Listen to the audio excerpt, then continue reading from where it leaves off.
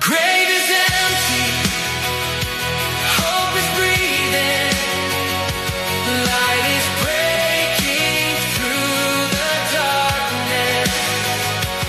We will worship you, our Lord.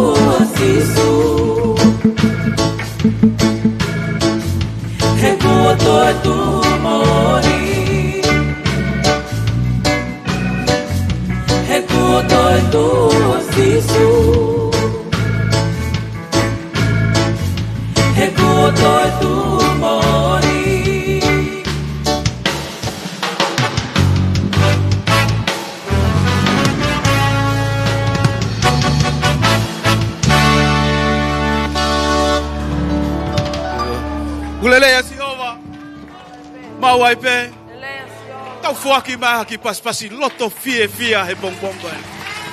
Amen. Koto tu aiki. Koto tu aiki. Koto tu umonia. Lahe taimeni ihi tau fononga holo pepa tau whakamamau. Ko uhinga ko mea ko pekia akalaisi na fai he kolosi. Ko eiki ko ia ko ia na ikuna he tesi. Kako hameo ke tau whakatokanga ke ahoni. Ko ahoni ko aho whakatawata aina. Ko aho ko ni ko aho e vete ange. Ko aho ko ni ko aho whakahau hawa. Ko aho ko ni ko aho pe mau. Ko ungai mea ko tope na tau fouai. Anea fio au ke haneu. Tamai ka laisi au whaingofua peia. Whaingofua peia. Ko aho ko ni. Ko aho ia whakatawata aina kakato. Tau whaka paspasi ki he eki. Mo fuak ma paspasi ko hinga ko ka fuhiva fa ka fofa aho ko ni. Ka hiva aho ko ni una fa manatu mai. Ko to tu ai eki. Amen. Ka ko hame ka to ha wa ke lo tolotonga eki. Pa ko hange ka ha u pe ta tolu. Kai ke ilo pe ko hanu finga whakalea. Ke si ilo bea e koe. Amen. Ka koe aho ko ni kau hau kau ngoi. Maa me ako toa pe. Ikai ko ia sene. Amen. Saya mau pe sio ki sene. Sene ia oa. Ko sene lahi ia. Ko ki leo ko fa lea mai koe. Ko whanongo pe na whanki polo kalamau. Kai ke ase leo ko ia. O si ilo kuliak lotu ia. Amen.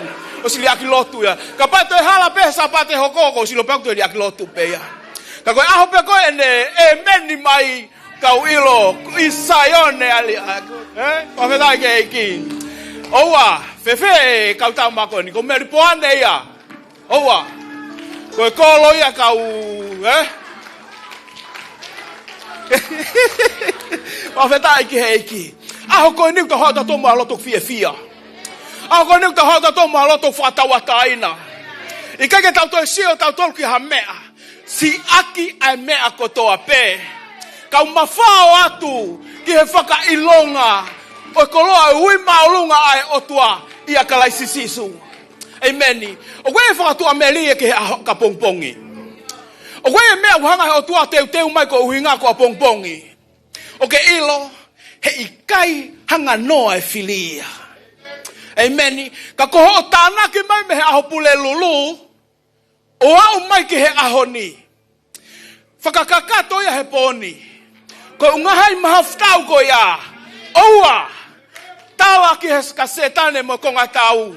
Ko sino hala o kuke vainga mai ki ai.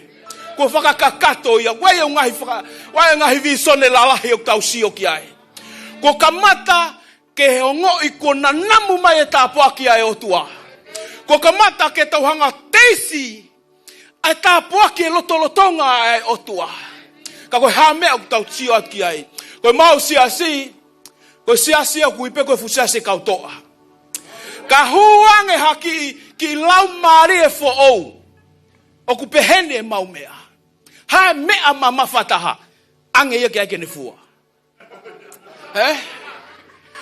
O ku te si pe ia pe e iloto. Pe e itua. Wala vetai. Ka koe ilo alo aho koe kou ne haa tupa ne sio mai ai. O ne sio mai ai ke he sio atu. O si to ape ia he sio atu. Amen. Oe ka veinga uhanga he mau whaife kau o tuku ia mau tolu. Oe ka veinga ko ia. Whakalahi e mea kotoa pe. Mea kotoa pe whakalahi. Whakalahi e mea kotoa pe. Kau ke sio ke he lotu. Whakalahi e lotu. Mea aku ke whei laulau aki. Whakalahi mo mea ke whei laulau aki. Mea koto ka holoto whale. Whakalahi mo holoto whale aka ungahi lau maarie. Mea kotoa pe. Whakalahi. Pane hanga mai e hai mai mo mea e tawha aki o ne pe mai. Fefe mea utai aunga. Fefe mea kong mau taimi. Ai mea koe ni koe ki to ki muhu holo. Pane tala mai e iau pehe. O te ke fixia. He more ho taimi ai. Tuusi. Tau tuusi a koe no koe aho koe ni koe aho nia. O tau hao pe tau tokai whakalahi e mea kotoa pe. Helo tau ngahi loto. Whakalahi e ngahi mau anga koloa ho tau loto. Koe uhinga koe ha. Wei e visone ai ki une tuku I he kau taki ko ni fia hoku loto he pongpong ko ni. Ko kole peke kau hiwa. Mai e ki foi hiwa e taha. Wai ki ai temi he. Tau taimi aki pe ko hunga ko tau taimi. O fatu e tō taha ko toa pe. God bless.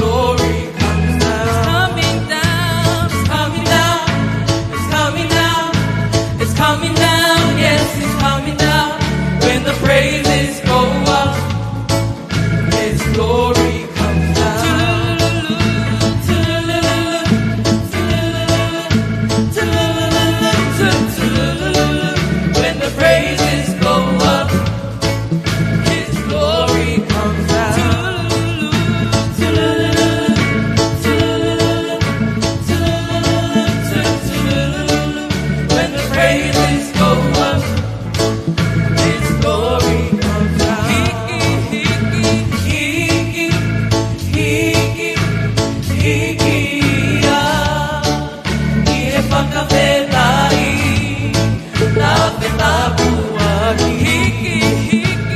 Hiki, hiki, hiki ia I he whakawhetai nā whetā puaki. Ta whehifo, ta whehifo, ta whehifo, ta whehifo, ta whehifo I he whakawhetai nā whetā puaki. Ta whehifo, ta whehifo, ta whehifo, ta whehifo I he whakawhetai nā whetā puaki. Higher, higher, higher, higher, higher. When the praises go up, His glory comes down. When the praises go up, His glory comes down.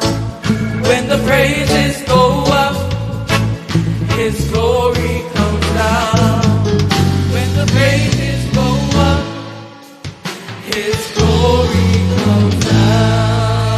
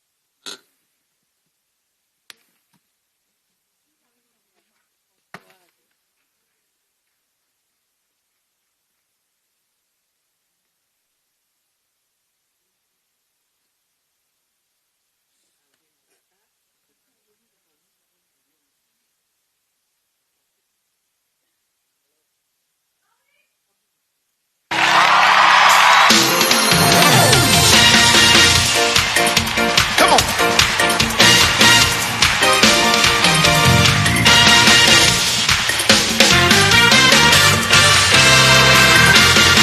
My soul doth magnify the Lord,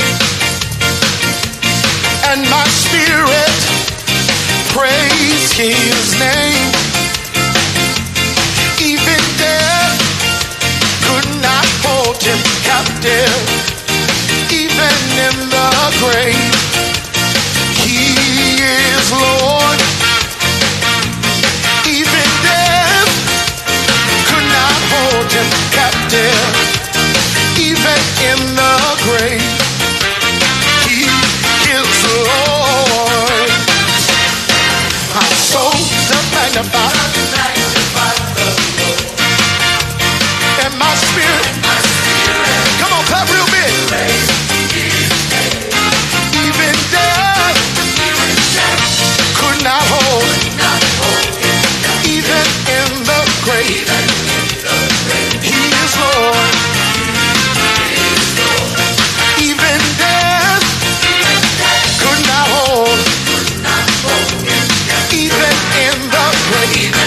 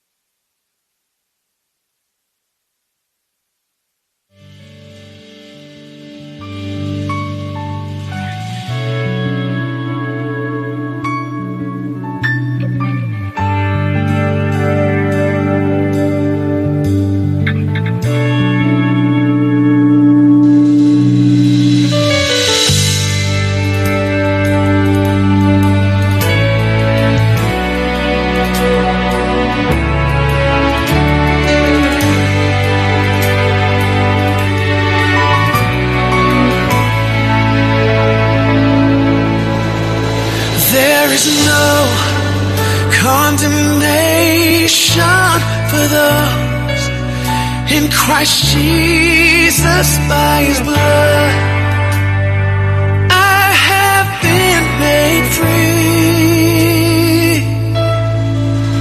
There is no condemnation for those in Christ Jesus. By His blood I have been redeemed. There is no condemnation for those in Christ Jesus. By His blood I have been made free. There is no condemnation for those in Christ Jesus. By His blood I have been redeemed. Because of His forgiveness, I don't have to live with shame anymore.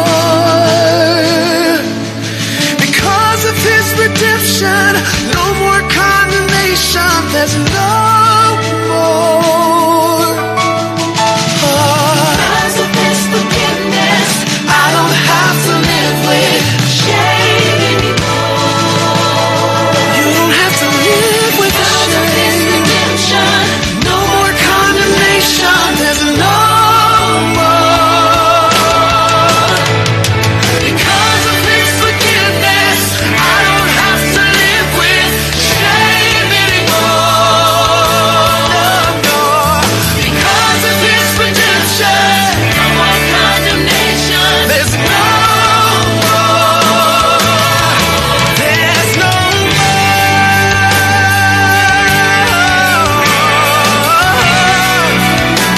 There's no more guilt. There's no more shame. There's no more. One of the main ways that the enemy will paralyze and disable and disarm the people of God is to put a burden of guilt and shame on them. But the weight of our sin, it's no longer ours to bear. Our Savior took it all. He paid the full price on Calvary. And the enemy knows that if you ever really grab a hold of that truth, you'll really be victorious. And here's the truth. There is therefore now no condemnation for those of us who are in Christ Jesus. So be free, my friend. Be free. Christ who died, raised to life, made a way for me, made a way for me. There's no death, there's no height that can separate me, that can separate me. Christ who died, raised to life, made a way for me, made a way for me. There's no death, there's no height that can separate me.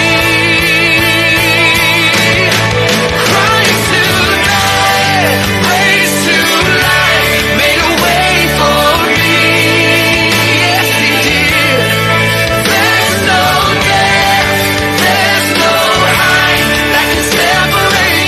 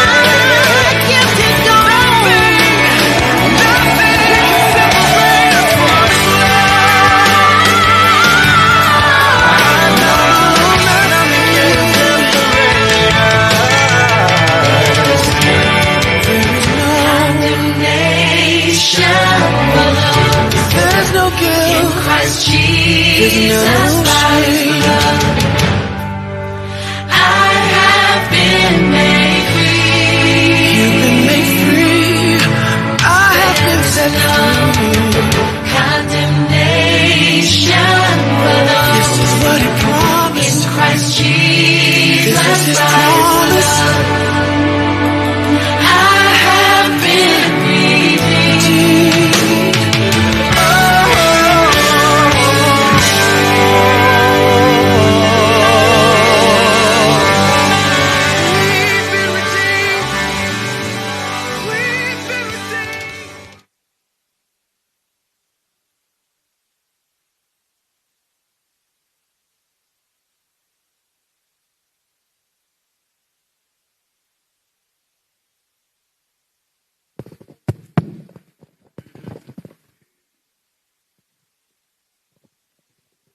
Pawhata ke eki, e tau loto whakatapui, e tau ngāwe. Eiki, hele i o mau to e whakawhata i atu. Mau whakamalo a Jisu, o kuke kei tuku whainga maari e mō ki mau tolu. Mau lava mai he pong iwi ko e uhi ko e ngahi, whakataha o e whare lea o e lotu ai a Fiona. Mau whakawhata i a Jisu kia te koe. Kua ke omi ki mau tolu. Ke mau whanongo ki he wholofola ai a Fiona. Mau lotu atu e o tua. Tāpua ki mai si kau whaife kau e mau Palestini. Mo ki nau tolu kotoa pēu ku mau kau whakataha i he pong koeni. Mau hapai atu e ngahi mea ke mau whau atu ai i he aho koeni. Ke langi ia pēa ai a Fiona. Mau lotu halau maari e haere mai, whakaalaha mau ngahi loto. Tuku ke mau whakaata ke mau whanongo. Ki he wholofola ma oni ai a Fiona. Hāwea te mau whanongo ki ai. Ke mau toa ia pia mau whoki mo ia. Ke hoko ia koe tūhulu mo e kāpasa ki he mau whanonga. Tāpu e kina mai a e o tua e ngā ue o e aho koeni. Ha mea ke mau fau atu ai, tataki pe ai laumari e a Fiona. Mau lotu atu ai ngahi me ani i ho hua whaati Isu. Emeni. Amen.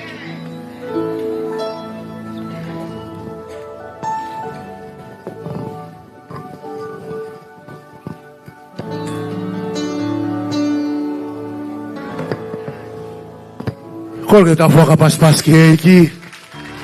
Hallelujah. Neo utolahi e tō mui mai, tau ka mata tau tolu he taimi ai pārangi. Amen.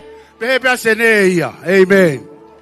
Tako unga ko taimi te tawala taraki mea ofa, koe ke whonu e sa ione o tua. Ka wasa mu whakasio ka tō mui, fe mau ke tau ke whake mea ofa anai alka nau tōru e. Whawheta ki heiki. Kore ke tau te whake mo hapaspas ki heiki. Hallelujah. Hallelujah. Hallelujah. Kore ke tau whaka tau tata lau Maria Sihoma. Hallelujah. Amen. Hallelujah. Si kou wakai atu ke he pulu. Mea koe ha. Maa la. Hallelujah. O kuai whoke ngahi. Maha keresi. Koe pulu pe mo e kulo kula. Amen. Ako monde lau e whaife kau Amerika. Amen. Ko taimeu te tuia e ko te kura. Hallelujah. Ke isi o mai peto ko taha o iloi ko yanga hala kita. Oh. Amen. Hallelujah. Ako whakamori pese te te awa ki ai. Hallelujah. Amen. Ko tui pia taha ko te kura. Kau pitiesi mo na kau tama. Pehena tol ko foi sai ta haia. Tang bode lawe pa kau Amerika ia. Ko tu pe ata lan kulo kula na kai ke ako ia. Pe ko fehu ia na pe kau takata. Na ke ako ife. Tang he to ta Amerika ko ni. Po hinga ku tu e kote. Ke mo si o mai ko yang hala. Hallelujah. Kana fare aki pe Palestini tonga. Ino he toko tako toa pe, ko Palestini ko lune mamao atu. Pa vaka pu moe ai polo. Ko toko taha me ha, pulu. Pe ko rea ia ko toko taha ko ni pa ne talange, po ino pe hono foha. Ko kau tama ia mate aki ko koristonga. Talange he fai pe kau he Palestini. Ko mea ku ko kuilonga ia kau te kula. Ko hau to lahi ko tada sisu. Hallelujah. Sisu. O se tu pe fa wika ta fa lo mui. E ko kurea pe e ko pulu awia. Hallelujah. Ka ko pulu mamau. Hallelujah. Hallelujah. Amen. Fa beta ki. Ta ke lava mai palestini. Ko ba tu to mui mai. Te tau kamata pe tari me siase palestini. Hallelujah. Ko tu heni a maka ko tron fa kau. Ko le ke tau fuaka foi pasi tantare sias ko ya plus peni o na ho se proclama ta woli. Hallelujah. Tau kolosia tuai ke fai. Ko ya me e fonu atu mari e. Hallelujah. O fai kau ai. Tau avava u. Hallelujah. Ke baka kai pe ko atere pe fa beta ki e. Fa kau putias. Pe foki ana pas. Kora tau foki a pas ki e. Hallelujah. Amen. Hallelujah. Tau alu ai ki senerahi. Hallelujah. O ya fa kau e peri. Fa kau Moses. Pe kau Sydney ko tope. Tawai ke to sayang. Hallelujah. Amen. Amen. Hiki ako ni ma ko ahi ko bongo ni. Hiki ako ni ma o te ma. Fere ka wahi. Ko ki botoro ka kai mau inga taha he ho ko ni. Tau tartare ka wahi ko to pe ke sayone o tua. Hallelujah. Hallelujah. Kawasa. Moka taki kuna wanga o he tana ke mea ofa. O osia e president we si patok tana ke mea ofa. Peka ke tau hatu hanga tau wei e polo kalama. Talamai pe ke wha o taritari pe tana ke mea ofa. Ka fai pe ko mo roto e ai pe te tau tari ke osia president ke osi mai siasi ke fai hafua ki ke. Hallelujah. E ka kia hano komo na ke aitu o ua. Te tau aitu o ua e aon. Amen. Te tawai he kamata. O ne ose presidenship mo ne fonu mai. Te te hao tanak fo me. Hallelujah. Pe he pe aseneia. Hallelujah. Hallelujah. Hallelujah. O kuia ki same ku tuku he ki hoku loto. Pe kuia ngai fo like he fo aki. Kaka ke ula ve ki ai. Ko same ua fa ve sono tolu pe mohono fa. O ku pehe he whakare he sā me koe ni. Ko hai aru hake ki he maunga Sihova. Hallelujah.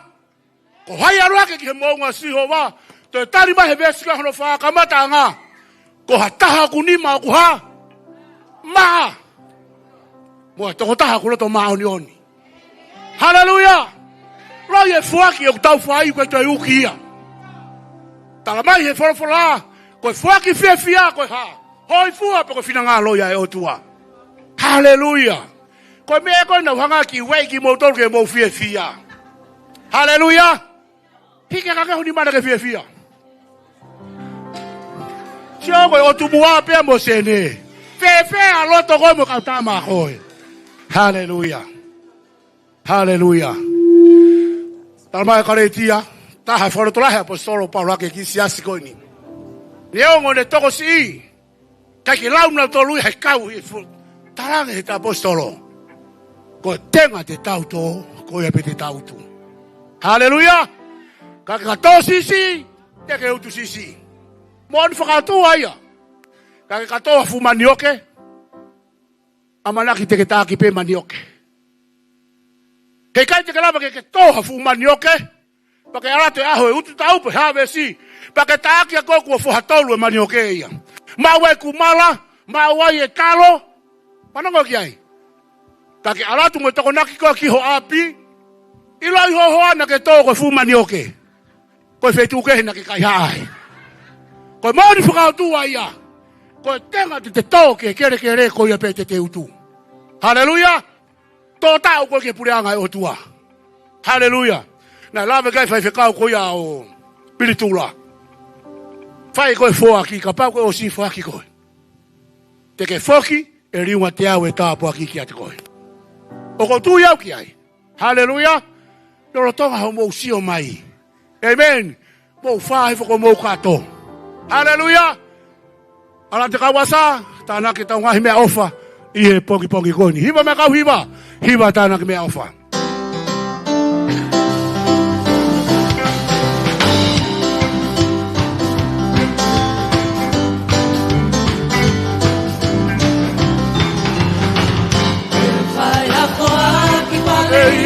Malauni e wha ki mai e tamai e koe aho e mamama pe o moe aho o e fia lahi e whai hako a ki mai e malauni e wha ki mai e tamai e koe aho e mamama pe o moe aho o e fia lahi e tauri o na mata pa Paka paka e ke tala o e le wai o na hala kola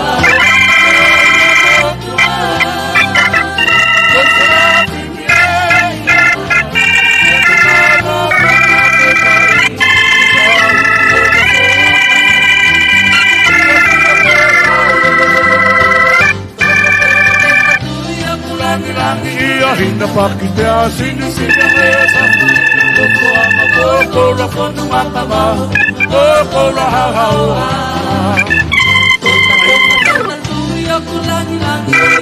Paki pe a sini sini anga e sapo Koko ama koko ra konu matama Koko ra hau hau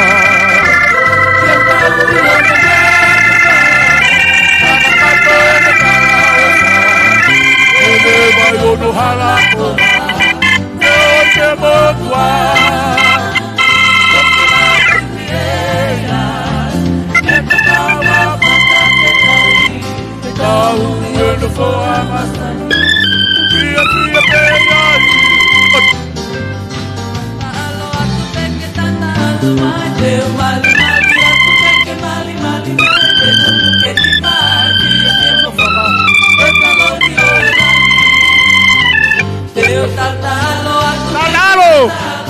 Teu mali mali aku peke mali mali mali mali tiempo para esta loni ora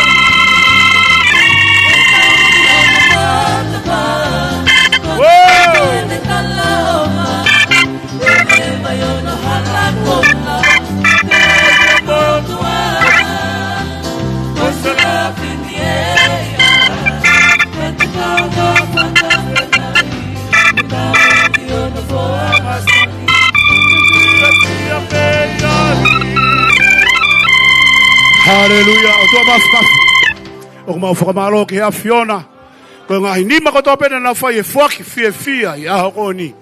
Tō whakafoki ke taulofu pia me hea Fiona. Tō whakafonu na waianga me ahe. Ko lea ia mo paromesi ahe o tua. Ka pau te mau whai te tonu. Whaki e mau ngahi me ofa ki hea Fiona. Te ke hanga hua I ngahi tāpua ki. Pia e whalolo hifoia. Pia I ka iai hame e hao e tāpua ki me hea Fiona. O ngahi nima ko tōpena na whai e whaki e hoa koni. Whakahai kia te kinau tōru ai mafi. Mo mea ku malava he a Fiona. Kia mau ngahi mo ui eiki ko ngai lang. Whakamaro ko tōpena ku mau whia. Whakafoke whakateunga ke a Fiona i o sisu klaising. Ka koia pe o mau whakamo ui. Amen. Amen. Amen.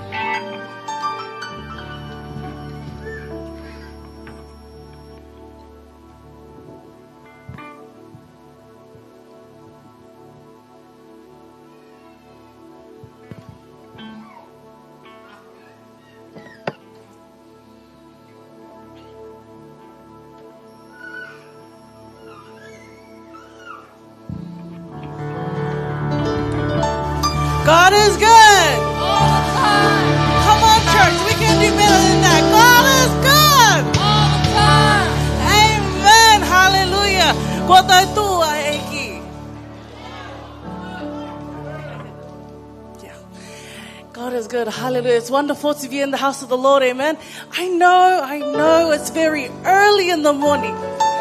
But God, His love is always on time. Amen. So the least we could do is always, I'm late myself. I don't know what I'm talking about. But God is always on time and He is always there. And today is His day. Amen. So I'm going to need you to do me a little favor and look a little lively. Look like you want to be here. Hallelujah. Amen. about to get into it, I'd like all of you to rise to your feet and feel free to dance, feel free to worship, because there ain't no judgment in the house of the Lord. Amen.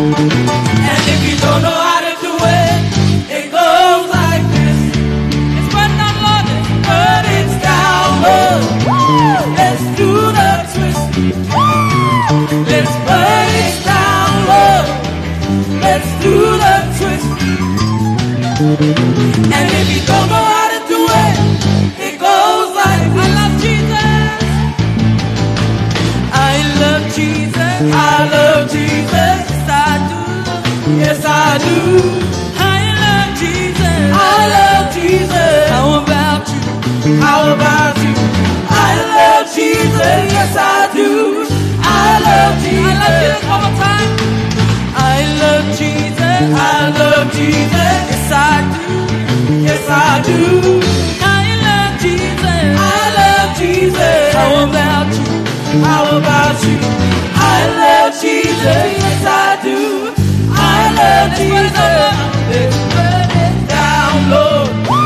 let's do the twist. Let's burn it down, Lord. Let's do the twist. And if you don't know how to do it, it goes like, come on, church. Come on, church. Come on, let's go. Come on, church. Let's praise the Lord. Come on, church. Come on, let's go. Come on, church. Come on, church. Come on, let's go.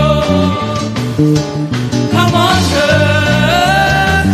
Let's praise the Lord. Come on, church. Come on, let's go. Let's go, let's go. Let's go, let's go, let's go, let's go, let's praise the Lord. Let's go, let's go, let's go, let's go, let's praise the Lord. Let's go, let's go, let's go, let's go, let's go, let's go, let's go, let's go, let's praise the Lord. Let's go, let's go, let's go, let's go, let's praise the Lord. Let's go, let's go, let's go.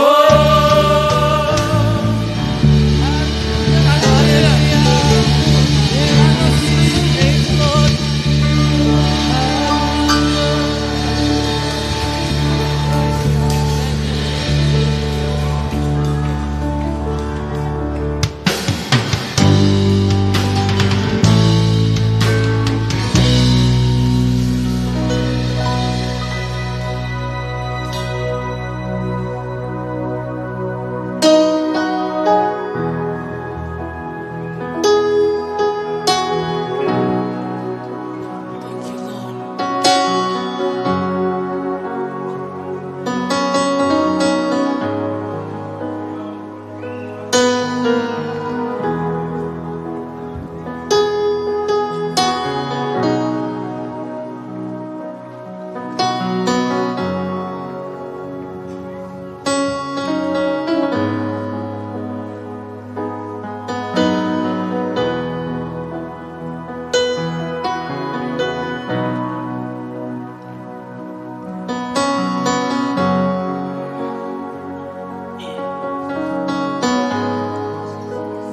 You are here, moving in our midst. I worship you. I worship you.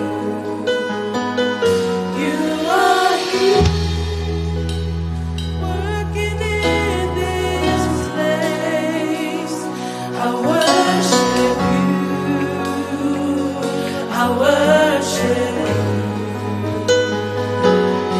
You are way maker, miracle worker, promise keeper, light in the darkness, my God, that is who you are. You are way maker, miracle worker, promise keeper, light in the darkness, my God, that is who you are. You are here, touching every heart. I worship you. I worship you.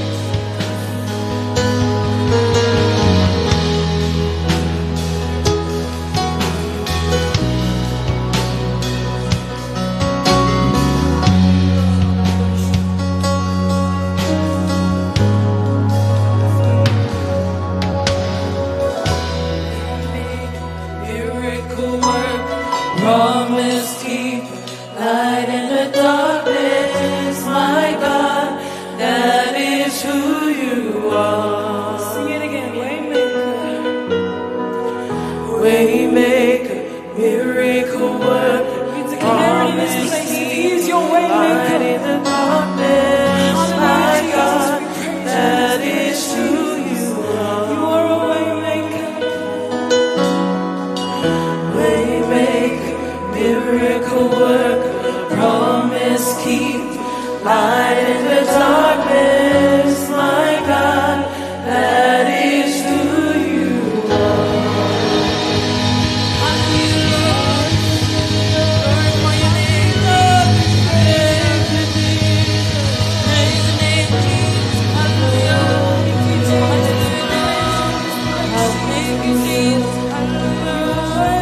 Hallelujah. Thank you, Jesus.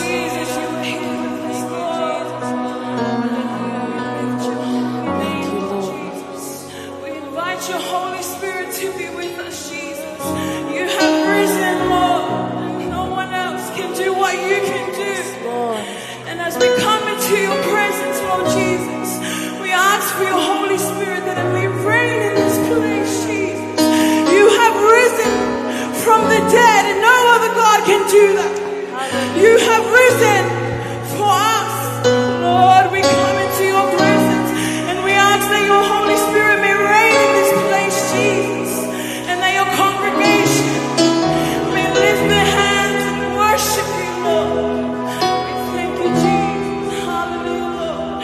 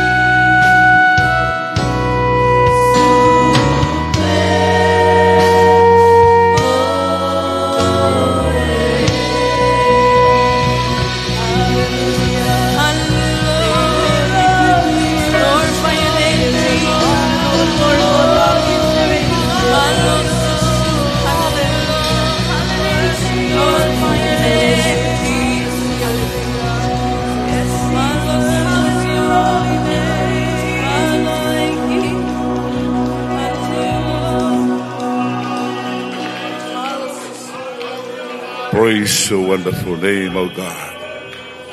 Hallelujah. Hallelujah. Praise your wonderful name. Hallelujah. Hallelujah. Tonga mo fa mama ke iki, ko le ke ta ko to pe ke me i fa no fanga. Alo bit.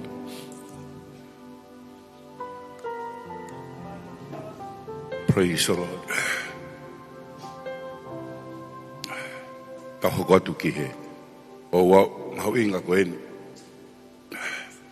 O fra ko ia i he pongpongini pe a o lave pe. Mahalo pe uto mi kakato mai pe a o ko to e fatongia ko ni pongpongin tau ko fatahai. I mani o ku mei ko taimi tatau o whakahoko ai o wau o oho mohe ai eiki e ko Lord's Supper e a potonga i ku rea bia ni ihe ka whewkau na ulawa mai tokoni mai i he pompongini ki mua ke tau whai ha mea o ku mahu inga ke tau mahi noi i he taimi ko toa pe mei tua tahe mahina hono whakamanatua ai o wau e oho mohe ai eiki i ho tau ngai seasi. Ea, koe pongpongini, o tau kauwhakatahai, i e tau konferenisi i Kunsirani, i he ouau o oho mohe eiki, pe lawa mai pe mei Vikatoria, pe ko Senerahi, pe ko Pefi, pe ko Whea Wheitu ke hau mei ai, e tau whakamanatua whakataha, ai aho koe ni. Hallelujah. Nau aka ne uho tangutu pe au, whakakaukau, me ko ke tangutu ai hoku tangutuanga. Ya manatu i ai weekendi, ko aho ni tau whakamanatua ai oku maha whanua loto. Ai wheitu koe na e iai e mate. Ko toi tua sisu. Whewheke upehea tuau, ko toi tua e eiki, pa mou pehe mai, ko toi tua moonia. Ko toi tua e eiki. Kau pas ke eiki.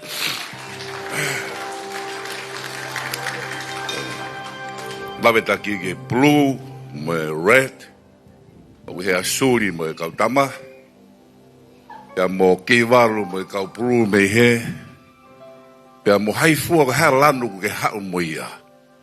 E tau liu ka toa pe ke tata eiki he pongpongini. Amen. Rua korinto, wahe o fulmataha, Vesi wa tolu te ulau hifa ngai ves me ai. E kua mau me he eiki aia na aku atu foke te ki mou tolu. Ko hina to'o ai maa he eiki ko sisu i he pōko ia na rawaki ia.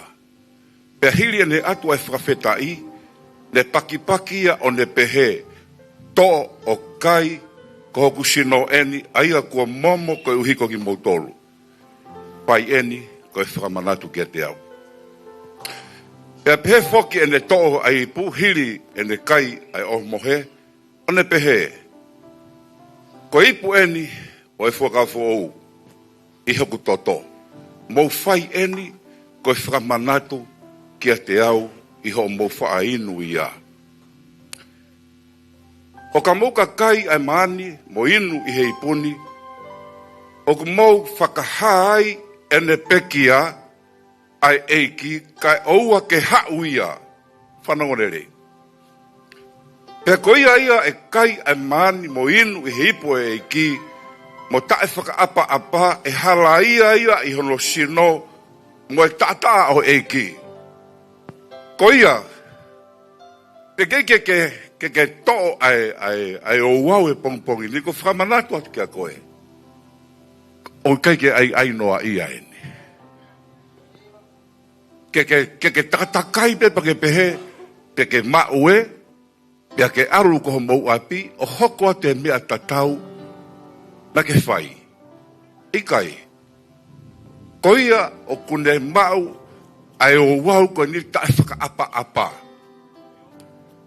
O ke kai mo inu ngai veski mui ai mala ia. Koia o ku mate wawe ai, ko rea te unga, koia ku mate wawe ai toko lahi. Koho ai noa ia he mea koe ni. O kurerea Sihova.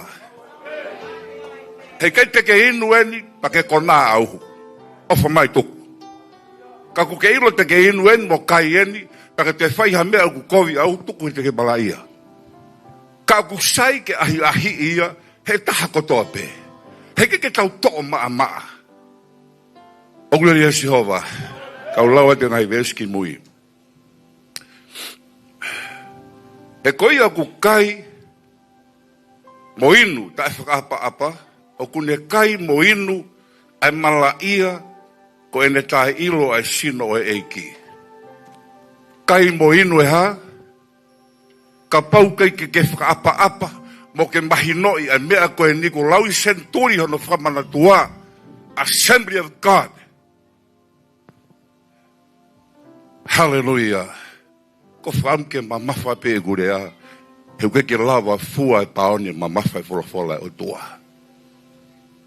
Ka kusai ke ahi i eni, he ku iai e mono ia mo tāpu aki. E whamo oia hau tau sino whamaterie, whamo oia hau tau lau maarie. Oglori e Jehova, tau te pas mo ke eiki. O tau whiunga mo toko mei ofi ke walu piliona o mamani. Tau toko lahi ko ia. Whiunga pe mo ki tulu tā. He ta au eiki. E whamo ia i tau tolo. Hallelujah. Kore mo mea ki o longa.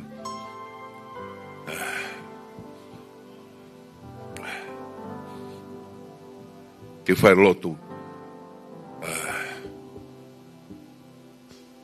E tok tufu atu e tau. Sakarameni tia pongpongini. E tamai. O mau whakata pui atu. Ai mā. E moi vai ko eni. Ko e taipeia ho sino. E mo tata. Mai momo ho sino i kare vare. Hallelujah. Pea viringi ai mo tata. Ka koe ahoni.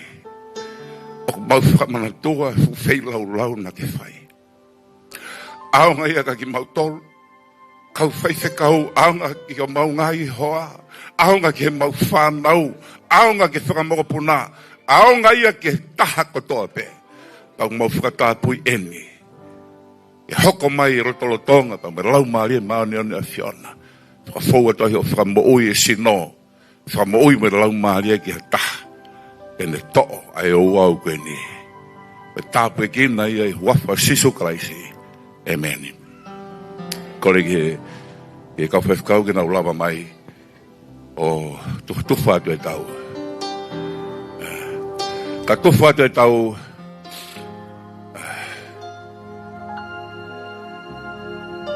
E mā pe me vai koe ni. Pa ke kātaki o puke peia. Te toki whakatat ke tau toki mau whakatahai.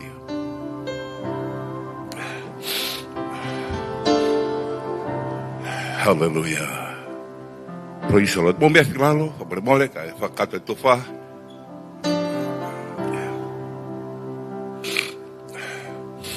Kore kohi wana hiwa mai ki Oh, the blood of Jesus. Hallelujah.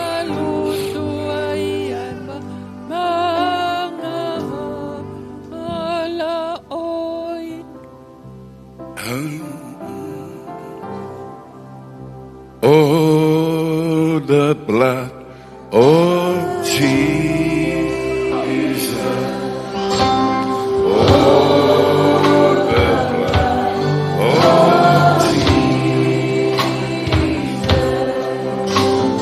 Oh, the blood of Jesus.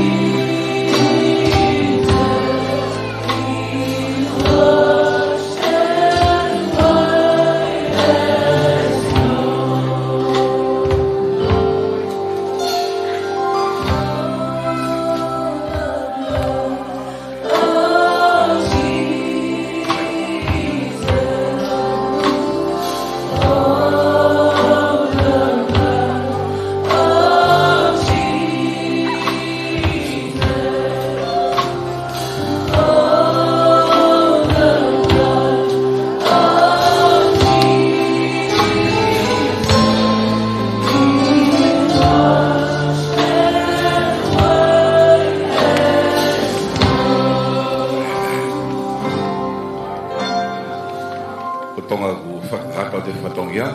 Ia taha na teke ke o atu ia. Hika wani maki o runga. Kore ke mo mea ki o runga. Praise the Lord.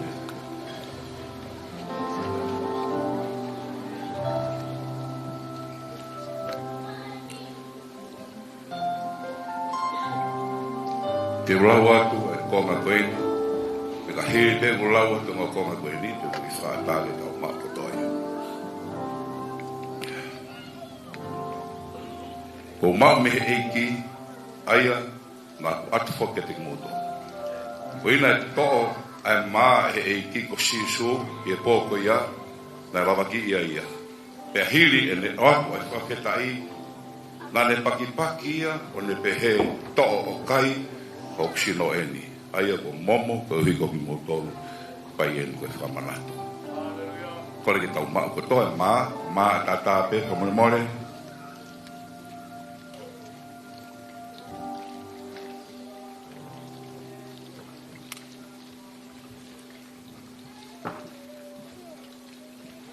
E pehe foki ene to'o aipu, hiri, ene kai ai oho mohe, o ne pehe.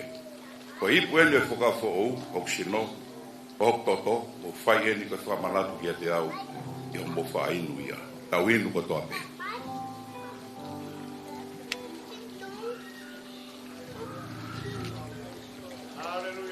Praise the Lord. Hallelujah. Hallelujah. Kamaloa ke te kohe. Praise the wonderful name. Hallelujah. Hallelujah. Hallelujah.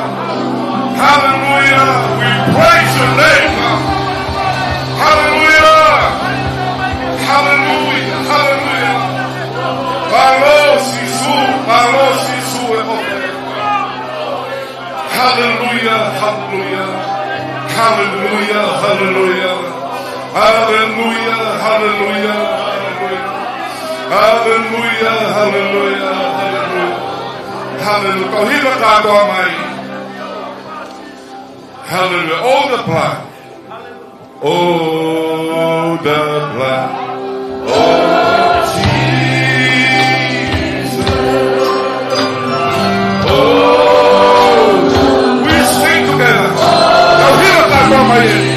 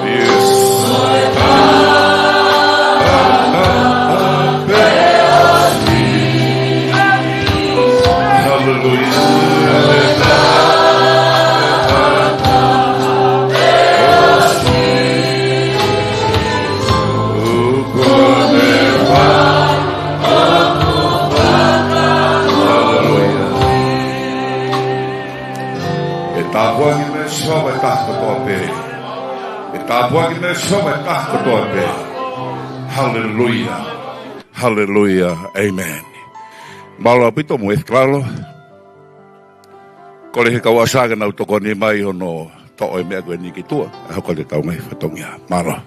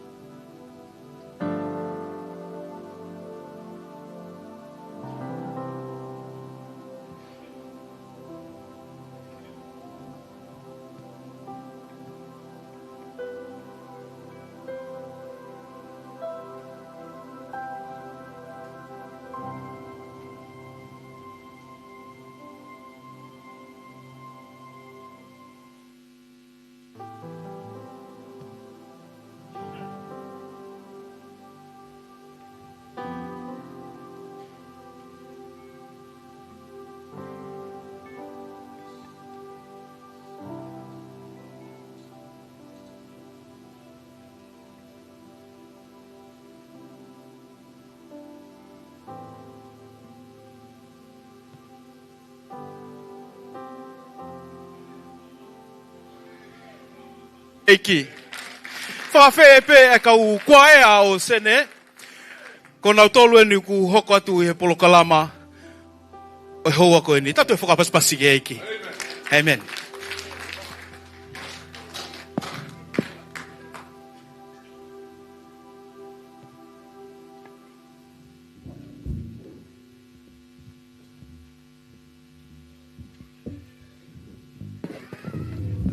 Testa hawa. Ngau e mesile. Hallelujah. Lolo tonga koia e. Whakamapopo mai koia sene. Ko whamoripore reo ngo whaifekau e ua. Na fu mawhana pe. Taim na kutu whatahai me mo toko ua ko uhila. I mua heni he. Kamata tufa sa kalameni ti. O manatu ia uhila pa pehe foki kia nais. Ko whamoripore ka mo e kaki talitali mo na. So speciolo no talitali mo. Ko le ke tau whake hapaspas tau talitali ngo whaifekau ko ni. I he hoa ko ni.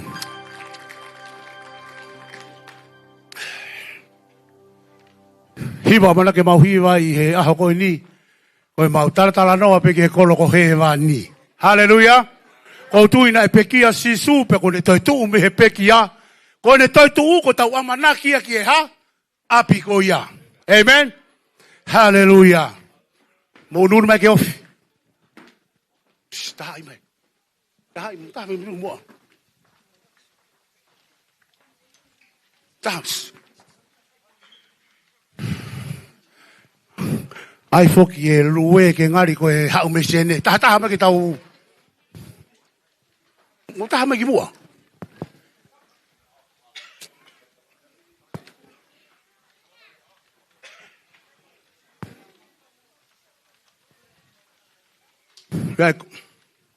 Koe ko ngane whae taha. Mo sio makau. Paha ia taha e na whae pa mafuri e waka. Na mafuri ya wakaki hema.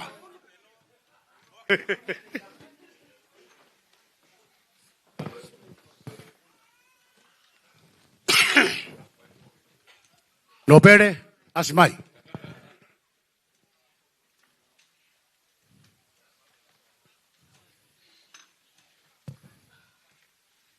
Ai foke foi mafu ke tare rei foke sene. Musio makau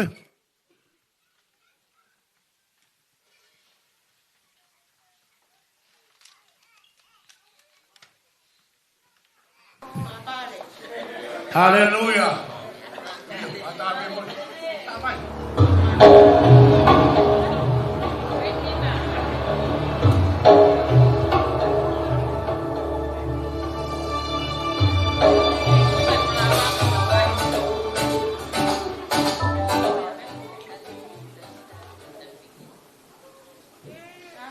Mau?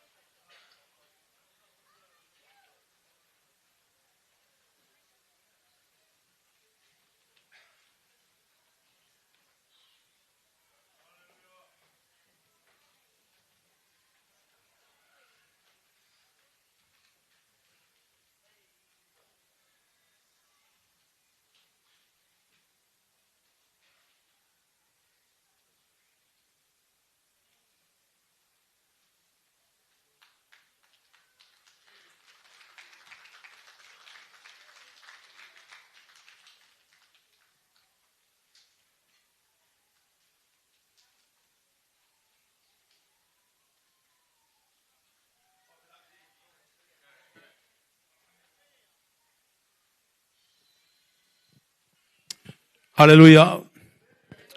Pefeke tau pas-pasi falanglangi ai eiki.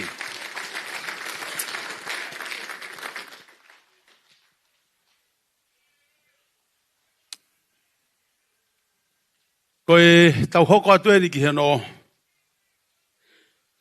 Tāpua ki im hono. Whanau fo au ai si ongo mātua ko eni.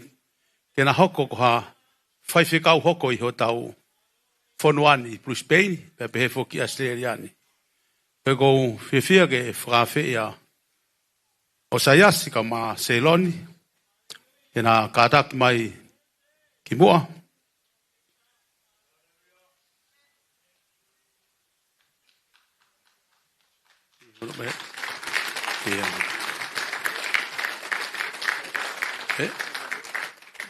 Mula babe.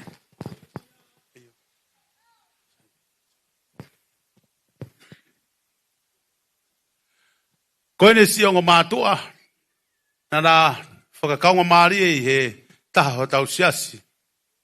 Red Bang. Au whaifekau ai a Mose se fine, a ma alitia fine. Whewheke uwhawhe ki moa Moses, a ma alitia i mo kata kia ki orunga. Marbeku ki tau musi mai alitia, ka mo mea mai ko e whaiwhekau ensi o mātua, whewheke tau pas mai ki e eiki. Iyo, maro pito whaiwhekau. Ko se ongo mātua ni na motu mai mi he taha o tau ngahi a sias whakatonga, ai ko siasi Wesleyan tau ataina. Pea, una hawai pe o mui mai he tau lotu, wha Pentecoste kakai tonga i Australia ni. Koe ne whai pea talanoa mo whakalotolahi ka te nau, he mo uiki he eiki, ka kona tari ai ngai tutuni, mo ngai whare i kotoa pe ku whai he whai whikau, mo se fine, ka mana e pe hok taimi mo ki naua, whai hono talanoa i kia ianga i tau ngā ue, ka kona tari fia, pa kona loto ia, ke na kau whakataha, i he kau ngā ue ai eiki i ho tau whonuani. Plahi whoke ngā himea ke tau hoko atu kia i he tau visone, ka wepe amanaki tēnā hoko, ka si ongo mātua tēnā toi whokotua tau ngā ue, i he whonuani i he taoni. Whewhia pe e whakamari e koe ni, e lau atu e wholofola koe ni, me toi ngā ue ka apostolo pa koe wahe koe ahono uofulu, uanoa. Lau atu pe hangahi ves me ai, ka hiri pe koe ape whaile vai lotu ma ki naua, koe tau toki hoko atu.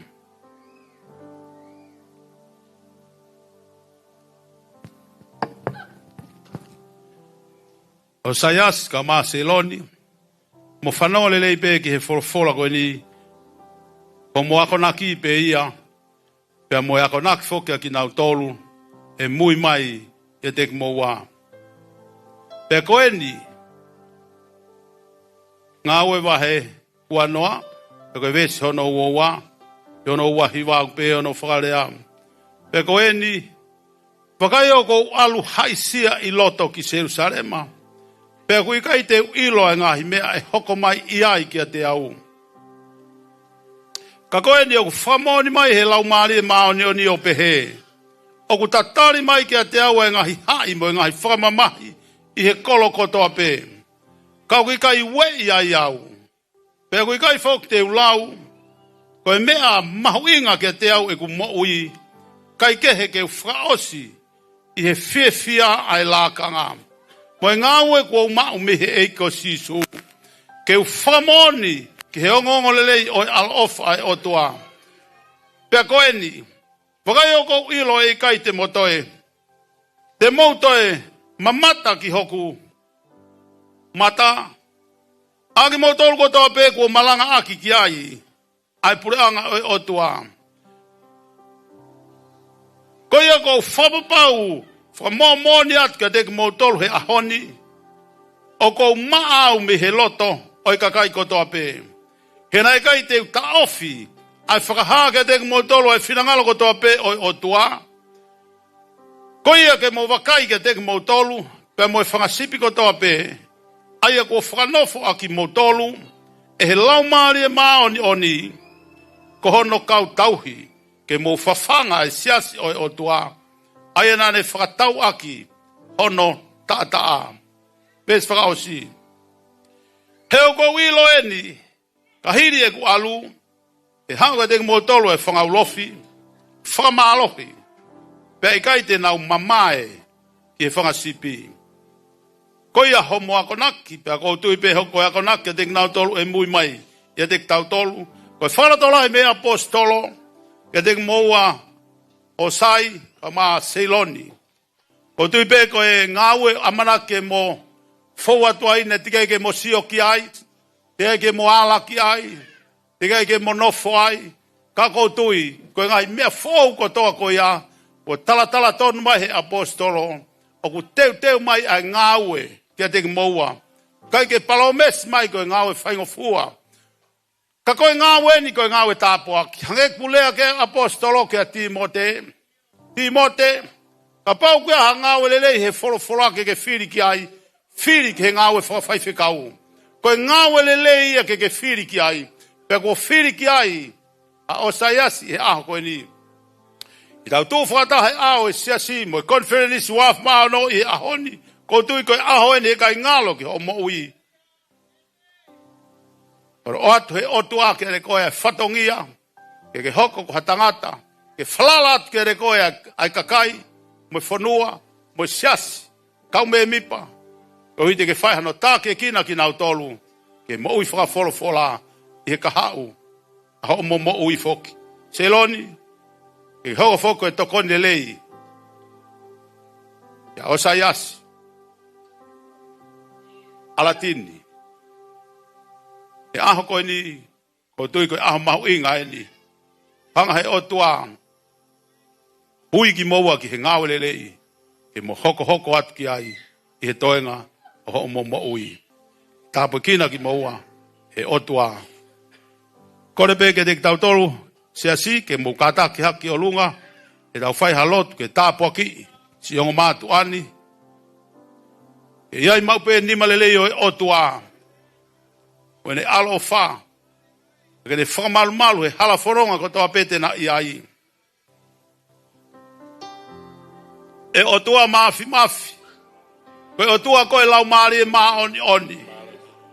O kuke manako ke tataki ki mautolu ki he mo oni ko toa pe. O ku maulotu atu ki he afiona. Hoko ifo ho malu i. Hoko ifo ho loto ngā. Hoko ifo ho tata. Ke ufi si tamai o eki. Ke hoko ia ko sevaniti ai afiona. Ke ne talaki to tonu a ho kosperim ho folofola.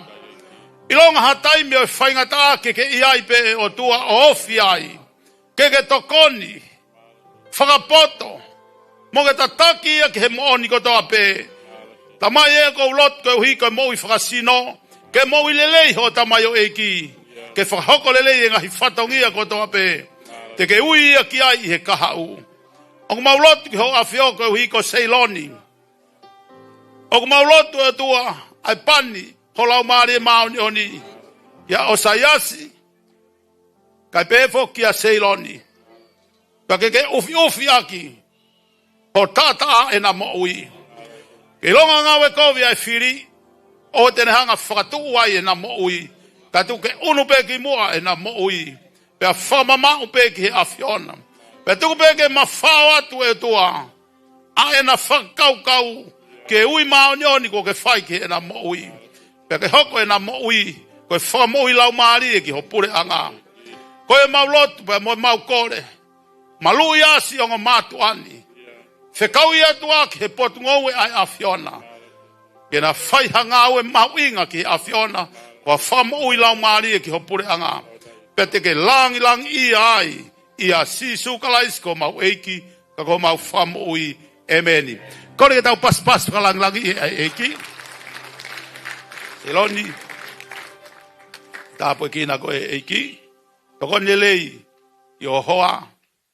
Aho makeheni. I o mo ui. E whakatapu i kakato ho o mo ui. I ahoni. I hoko. A whewhine makehe au pito. Osaiasi. Tuke ke hoko. O se vanit kakato ai otua. I longa hamea tene whekau i koe ki ai. Whakaongo ke tonu. I lau maare maoni one otua. Oku ia te koe a Sihova. Koe tangata toa koe. God bless. Tau te pas mai ki eiki.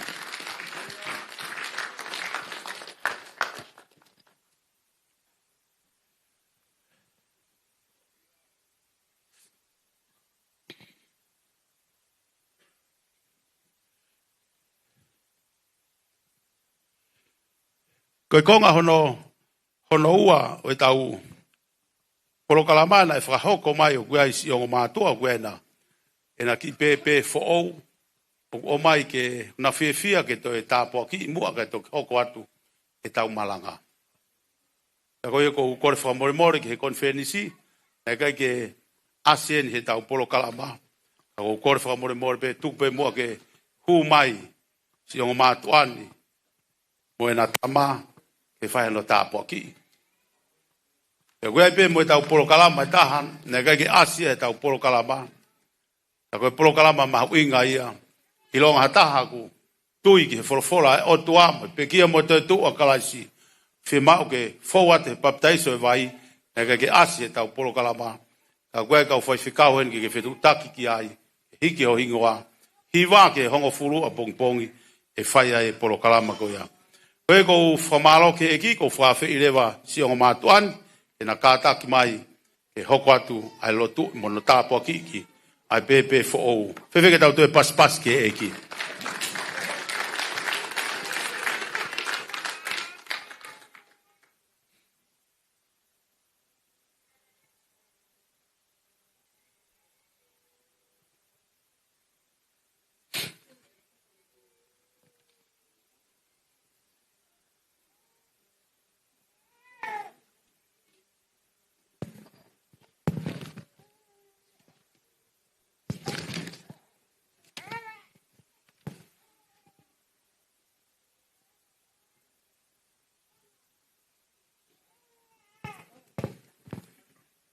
Te ulawa ta wholawhola me toi maake pe koe waha no hongo fulu wes taha tolu ki he taha nok pe he ono whakarea.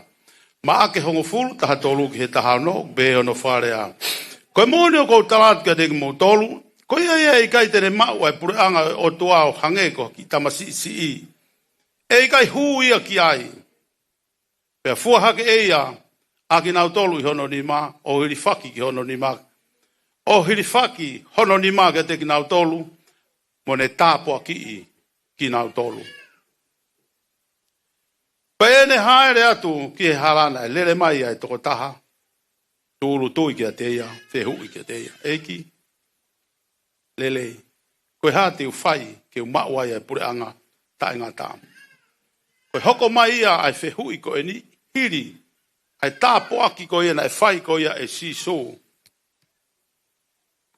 Ai whanau piki. Nā mou ilo ko toa pēna, mou mea i ko toa pē. Ai kau lotu pe koe kau āko ngā. Ai mena nau whai ko ia, ke whanau i ki. Nā talamai he wholawholana nau hana tō ta ofio. Lolomi ki nau tolu ke o te nau wau mai kia sisu. Whakahoha aia kia sisu. Ai tutuoni e sisu he ene ako naki. Ka poe ke tau, hoko tau tolo hange koe whankita mai ki iki koe ni. He kai pe ke tau hu ki tau tolu ia ke he pureanga o tua. Le hanga si suo o fua hake ki whanau koe ni. Pena e ala lewa hono ni mao si su o ne tāpua ki. Koe ko lotu ke mawha mai mua o mo ni ma. E o tua mafi. Te mau whai pe o whakatatau ki he awhiona. Koe ni ma pēni o tangata. Pag mau lotu, pag mau tui ki he awhiona. Ke pehe mau whai at ki he kakai kotoa pe. Mau wham ke hange, mau moui koe whanau ware. Lamai ke mau hu ke pureanga o tua ko hakakai maa, loto maa ki mau tolu.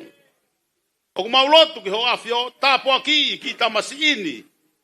Ke hoko ene moui koe tāpua ki he whamiri. Tāpua ki he lotu, tāpua ki he whanau, tāpua ki he whamiri. Ke langilangi ia e awhiona. Malu ia me mahak whakasino. Malu ia me ngahi ngau kovi ko tō pe ai whiri. Pakeke ufi aki hono tātaa. Ia sisu kalaisi ko mau eiki emeni. Koe ki more pe. E whakahoko atu e hingoa ki tamasi whaou koe ni. Ko Paula hono hingoa. Koe tau wholofola kulahi taha e tau ngawe aki i he tau konferenisi. Koe Paula. Pea, o kou tui pe koe eiki pen ke ne toi hanga o mai e. Ai ki tamasi koe ni ke tau whanongo ki hono hingoa. Ko Paula. Siong mātua, o kumau whakaampe ke hoko eni koe Paula Apostolo. I he tau lot whakatonga i he kahau. Pekai ngā loia he mau mo ui, ai konferenis, o ku lahi tahai e tau talanoa kau ke helo pe koe toa koe ni ko Paula. Pe koe kua ui ai e ki tamasi ini ko Paula. Ono hingoa.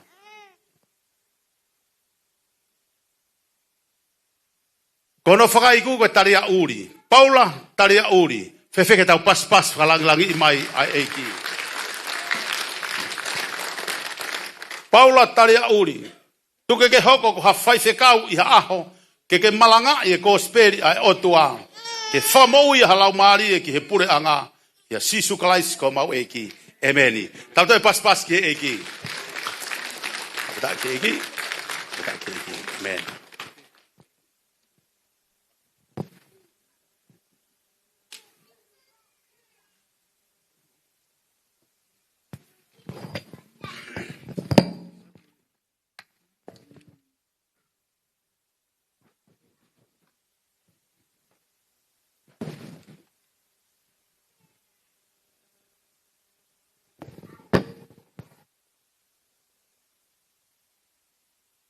Lelea Jehova. Ta whamaro ta whawhatai ki o tua. Uia pe koe ta wak mai. Toi pe ahata. Pongpongina. Pe ta wikona. Ai ngāu e kafu aku tau whai. Wate whamaro lahi ki kau. Whaiwhikau ko toa pe. Na wlawa mai me Amerika. Uia pe koe waka mai e kōsperia e o tua. Pepe whakati mo tolu ko toa pe. Me ngai wheitu ko toa pe. O Australiani uke lava mai mi ai. Peho ki ki a whaipakau tapiris mei tonga. Whakamai o tau kaunga kau whata. I he kōspere ai o tua. I he konferenisi hono ua. O Australia. Kowiloi koe tau aki pēni hono ua. Ai whai ai konferenisi koe ni. Nai motu hia ai konferenisi e tau la. I ngahi ngau e koe pēr devolo. Ka kowiloi koe lele hoko atueni. Ai konferenisi ko ia Australia. E tau tolu ko sina e whiri ai e motuani. Ko e tau hipanga. Ai Assembly of God. Whakaato ai konferenisi. E he tau ko sina e ui ai. Ke hoko ko e sketa lahi. O Assembly of God o konferenisi. Tau kai ke u lau uhia ko e tuunga ku omi ke te au. Ka ku hoko koe tāpuaki. Kia te koe pe moao. He ta lava mai ki heni. Ke ta kau i he ngāwe ai eiki. Ta paspas ki he eiki. O ko whia talu me raki aho. Ai ngā hi whorofora. Ai ngā hi ako. Pe koe mea mahu inga ia. Ke alu mo ako ko ia. O ngāwe aki he wheitu ko ia ke iai. E hoko koe tāpuaki. Peu kei sene, peu kei pef, peu ko whebe a whei tuu ku kei ai, alu moia, he hoko koe tāpuaki. Pea mahu inga ia i he ako ko ia, e tupu ai, ho mo ui ai. Pea i he honi, ti kei kei tautari, a he tōtaha, ku spika mo tautou he aho ko ni, i he malanga. Ko hingoa ko e peri, o whatuku afu me korpo o. Ma ku tupu hake pehe sias whaka Englandi, i nyokula lofu. Te kai ke ngata ai, nau tu kau peo mo ui nusila. I e waf mawha, ki he eki. Pea whai whanonga mai, e waf e ta wha. O ta hawa i o hoko, koe whai whikau i e whanuan. Ko whamaro hou toko wakatu ko pitesi, koe taha i e toko ua. Nā ne lalanga hake mo ui whalau maari e. O mo ui nusila. Paku maas pea ngai pe ki maua. Pa mo toko ua kaini. Kau mo ui mei ke eki, o au mai ke ahon. Pa koe ke te ke, kok toko ua pe. Pa whetai ke eki. O la mo siome matou ia hata whaaku ma pe. Tō koe a peia. Koe anga peia ngā ui ke eki. Ko pau pe ke eki pe. A te kore whamare mole. Nau mo siome hata whaaku ke eki kai. Koe no moro peia. Pa whetai ke eki. Koe maurawa mai mi sene toi pe maua mai mou. Pa ku mataktaha pe toko. Ko sene ku tō lahi taha e kau paipa he lotu. Lotu whaka pentekosi.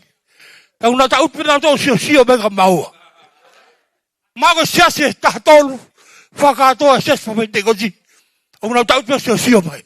Ko kau paipa na nau kamatai mai e lotu. Na tau pina so sio mai. Ka matoko mai mahau. Whawhita i he iki. Koe mahau ki he conference.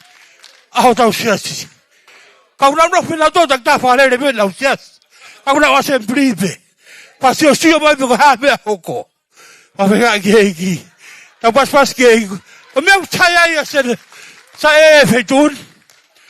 E koe ke ita tama koe me tuu aru ki siasi ko. Ika. Ita pe no mahau pe. Ko se me ia. Ko ita pe ko aru ki siasi ko. Pe hingia ki he fia pa mi kau koe. Kai pāka alawe pa pua pa mi kau eko.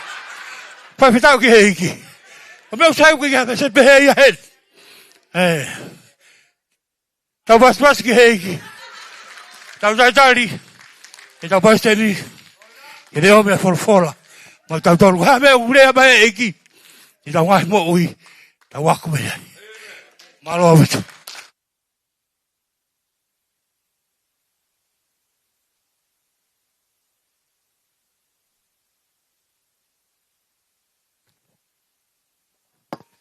Hallelujah. Whawhirai.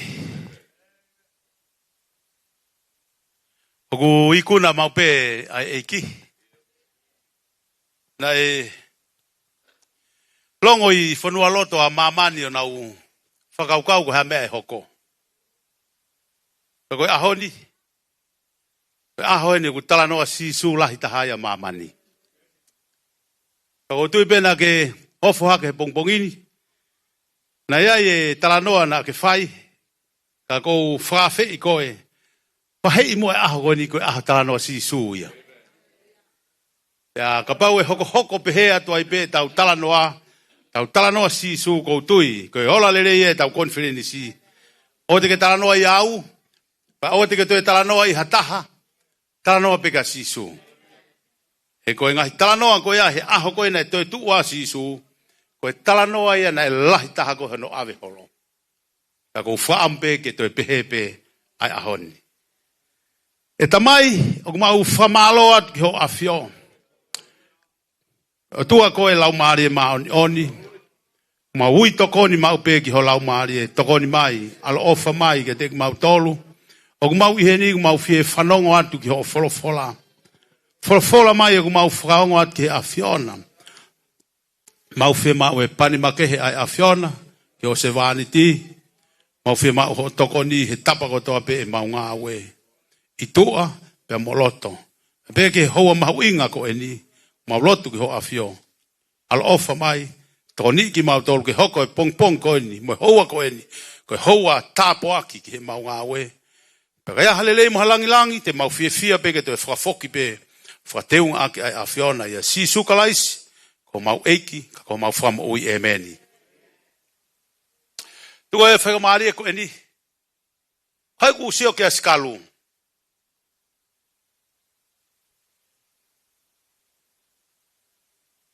O iyo, Mosese. Whawhea Mosese ke hao koe wiko ki nau tolu ko ia. Nau whia mau ke nau mahino e tau rea.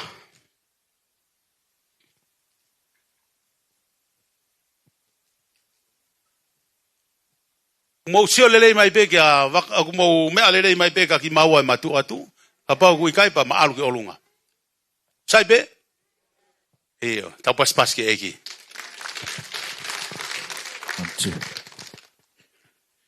na ia foi lai tana asi he ane afipe ko a flight.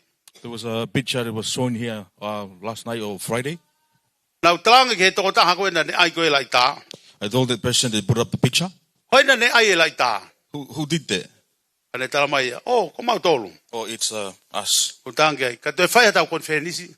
there will be another conference, put the cross on top.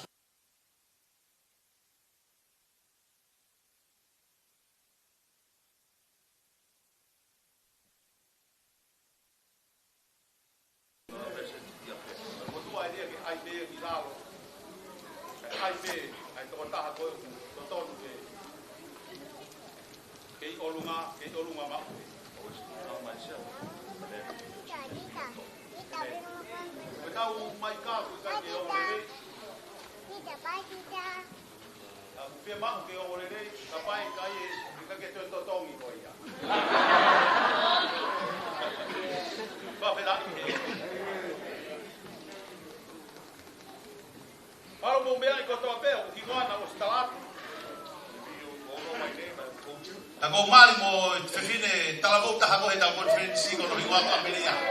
And my wife is Amelia Molisi. Ya ako nei hen fok mo kitau tolu. She's here with us today. Ko ya go fa na we to nima. I have 5 children. Mari to ko fa. 4 got married. We to ko ta ha ku lo to ya ke ta po pe ke mate. And one of them still want to be a nun. We to ko ta ha ko te ke mari. He hasn't been married.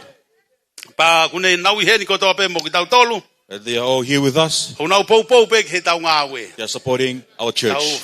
Fa malo la he ke ki ko la ve pe ku ai ho fa nau. I know you have children also. Ko la ve pe ku siasi o ke kau ki ai. And you are part of a church. Ko tai mi ko ke I loto he siasi pe ku ke I loto ai mo ki nau tolo fa nau ku ngoi fia. You are delighted when you are all in church. Talama e fa kau America aniafi. Ki aho ki mo atu ki au. America said, o ku ha ho hoa apong pong ko ne huinga mai ka Isaia. Ko Isaia le matalano am. We'll come tomorrow. He said it's. Talama le va Isaia ku tokyo ngoi malo hi leva ko fano ai ke ha ho hoa. When I have my wife comes, I feel I have strength. Ya go fia ke tatal ma ke foki si ngo fa kau America ka ma Isaia mo no hoa ama tautai ne ungwa ke heni no hoa na ha me ngai fonua mamao pe ton pe ke tartari ma ke ki naua. E feke tau pas. Falang lagi e ki. E foko ku toko ua ko whewhikau Liu Fau. A brother Liu Fau Manoa. O ku ma I heni he whonuani. We are here in Brisbane. Taimilahi pe ku ma whengau e aki I he whonuani he tau whengau e aki. Most of the time we work together here in church. Pea kou whakore at pehe taimilahi ki ai ke hao wahewahe he maulotu.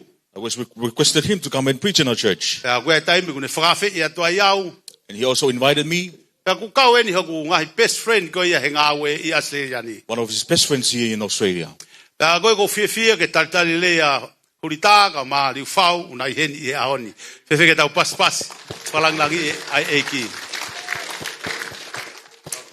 Pea kono toi ngā koe tau kau whewhekau ko toa pe I Australiani. All the rest are pastors here in Australia.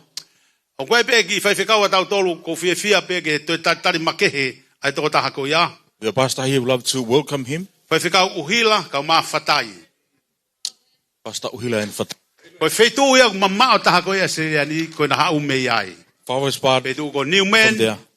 From Newman. Pea o kui kai ke toi aha tau kakai Pentekosi ko naua pe o kui ai o kuna whakaului lau maari e ki wahenga whanua ko ia ko Newman. Whewheke tau pas.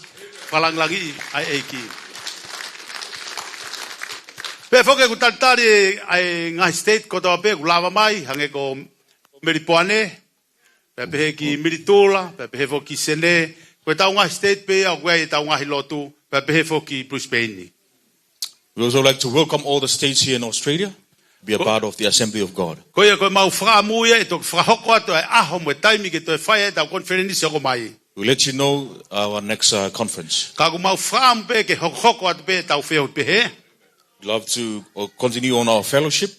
Pea o koutui pe hoko koe tāpo aki. And be a blessing for us. Lai au pita mea ke urea au ia ki ai. There are great things for me to speak on. Ka koutui ton ke tau alu ki he wholofola. But I believe we need to go into the Word of Koe toi God. aha mea ke umaratui te toki whamanato atu ia he ki whare hoko mai ko whare kai ia. If there's a reminder, will be happening in the hall. Tau whoki ki he wholofola. Let's go into the Word. Tau whoki pe ke tau veste fito koe na ia i tau ngahi malanga. Filipai mahe tolu. The text of our conference, Tā tolu Philippines. mo e taha whaa. Heo kāinga, o ke kai te upehe ko ulawai, ko eni pe taha. Ko whakangaloke ngahi mea ki mui ka umawhawat ke ngahi mea ki mua. O ko umawhawat ke whakailonga ko e koloa, o e ui mā o lunga ai otua ia kalai sisu. Ko e kawe ngā upehe ono whakarea. Ko e koloa lahi, ko e ui mā o lunga ai otua. The theme, the greatest treasure, is the call of God. Ko e koloa lahi, The greatest treasure Koe ui maolunga ai o tua. is the high calling of God. Koe ke uwha manako ke loa e ku malanga. I just don't want to preach for long. Koe ku wakai at pea kuia ke hataha ku hange ku ki sio holo pe ki tohe ma to matau. Pea kou foki mea whaka maa opo pea ke resi lewa. If your attention is not here in our sermon, then I will conclude that sermon. Ko wilo e hekai toi hu ha me aia. Nothing will come into your mind. Koe koe tau kawe ngā ia. Koe ui maolunga ai o tua. The theme is the high calling of God for our life. Nei ai toko taha he whokawa motua. Toi urak sāmi ue la pa koe vai hono ua. Nei talanoa kau ki he ui koe ai o tua. Ke sāmi ue la. The book of 1 Samuel in the Old Testament was talking about the calling of Samuel. Ko rawa e whora koe ni. Tau ui tu o lahi ia. He was called a few times. Ko pēau koe o tua. Koe ne ui tahape. I thought that God is only called once. Pēau tonu ke tokanga ke ai toko taha ko toka pe. Ko hi ke tuo tahape ai ui. Because all the attention were going to him because it was only one call.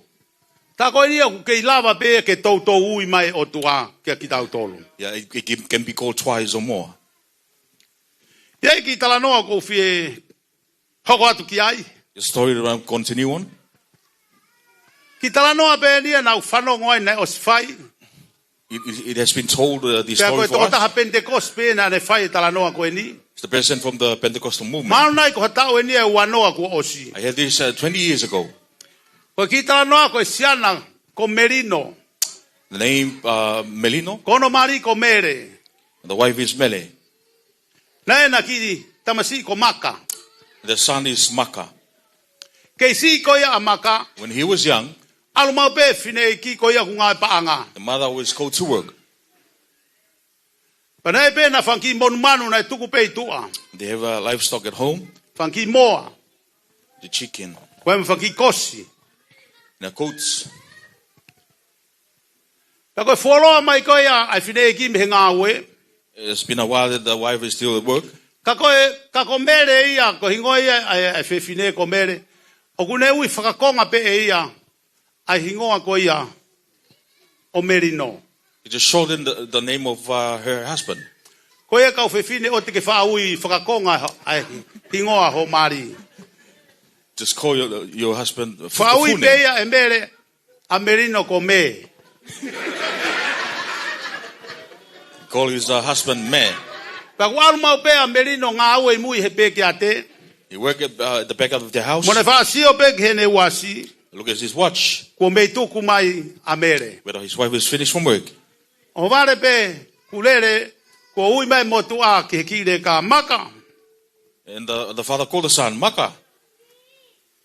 Ko mere nai ui. Did Mele call? Tange Makai. I kai, te ke awa mere. She hasn't arrived yet. Toi whanongo mai ai motu a tu oua. The men heard. O toi asiange ai ui. Me! He heard the sound, Me. Toi as mai motu a. Maka! Ko whea a mere. And he came and he said, where's Mele? Tange e Maka. Tike ke tu koe ngā we. He said, finished from work. Koe tua tolu. And the third time, Koe tuku mai a mere. that when Mele came back from work, Hau pe a mere o ui atu. A Merino. Mele came and called Melino. Me! Kai toi rea mai a Merino ia. So Melino didn't reply. Me! And she called again. Kai toi ui mai a Merino ia. Melino never replied. Io, hopo atu a mere ia whakauri he ka alu e ke shoppingi. And Mele drove the car to the shopping. Ui mai a Merino. Maka! Ko whea mere. Where's Mele? E atu e Maka ia. Ko mere ni nai hau pa kua toi alu ia. She came and then she left. Si oho mai mo tua whakapauri ki he kia Maka. Tange e Maka ia. Ko uraki ui, ko ta kosi ia. The first call was for the coat. Ko ui sika ua, And the second one ko toi kosi pe mo ia. was also for the coat. Ko ui sika tolu, And the third call, ko mere ia. there's Mele. Pe ko si alua mere ia. And she's gone. Koe tau kaweinga ia ki hahoni. The theme for O today kuia e ui mahu inga ai o tua ki he tokotaha ko toa pe. is a special call of God for everyone. Tokanga ki ke whanongo le rei ki he ui ko ia o whai ki a te koe. Take heed of the call of God for your life. Koe toko ia e whai whekau. When the pastor's lying down, Kai vai inga pe ki reka. the kids playing, Koe kutui koe a aku. I believe Na o siai pe ui ia ai o tua. God has called, Kana kai pe o ngo ia he whai whekau. but the pastor didn't hear it. Ui pe ia pe tautou ui pe ui hiki a anga i whakaukau a aku. Hiki re vai a ui ke reka. And then he called the son. Ui pe kia Samuela. He called Samuel.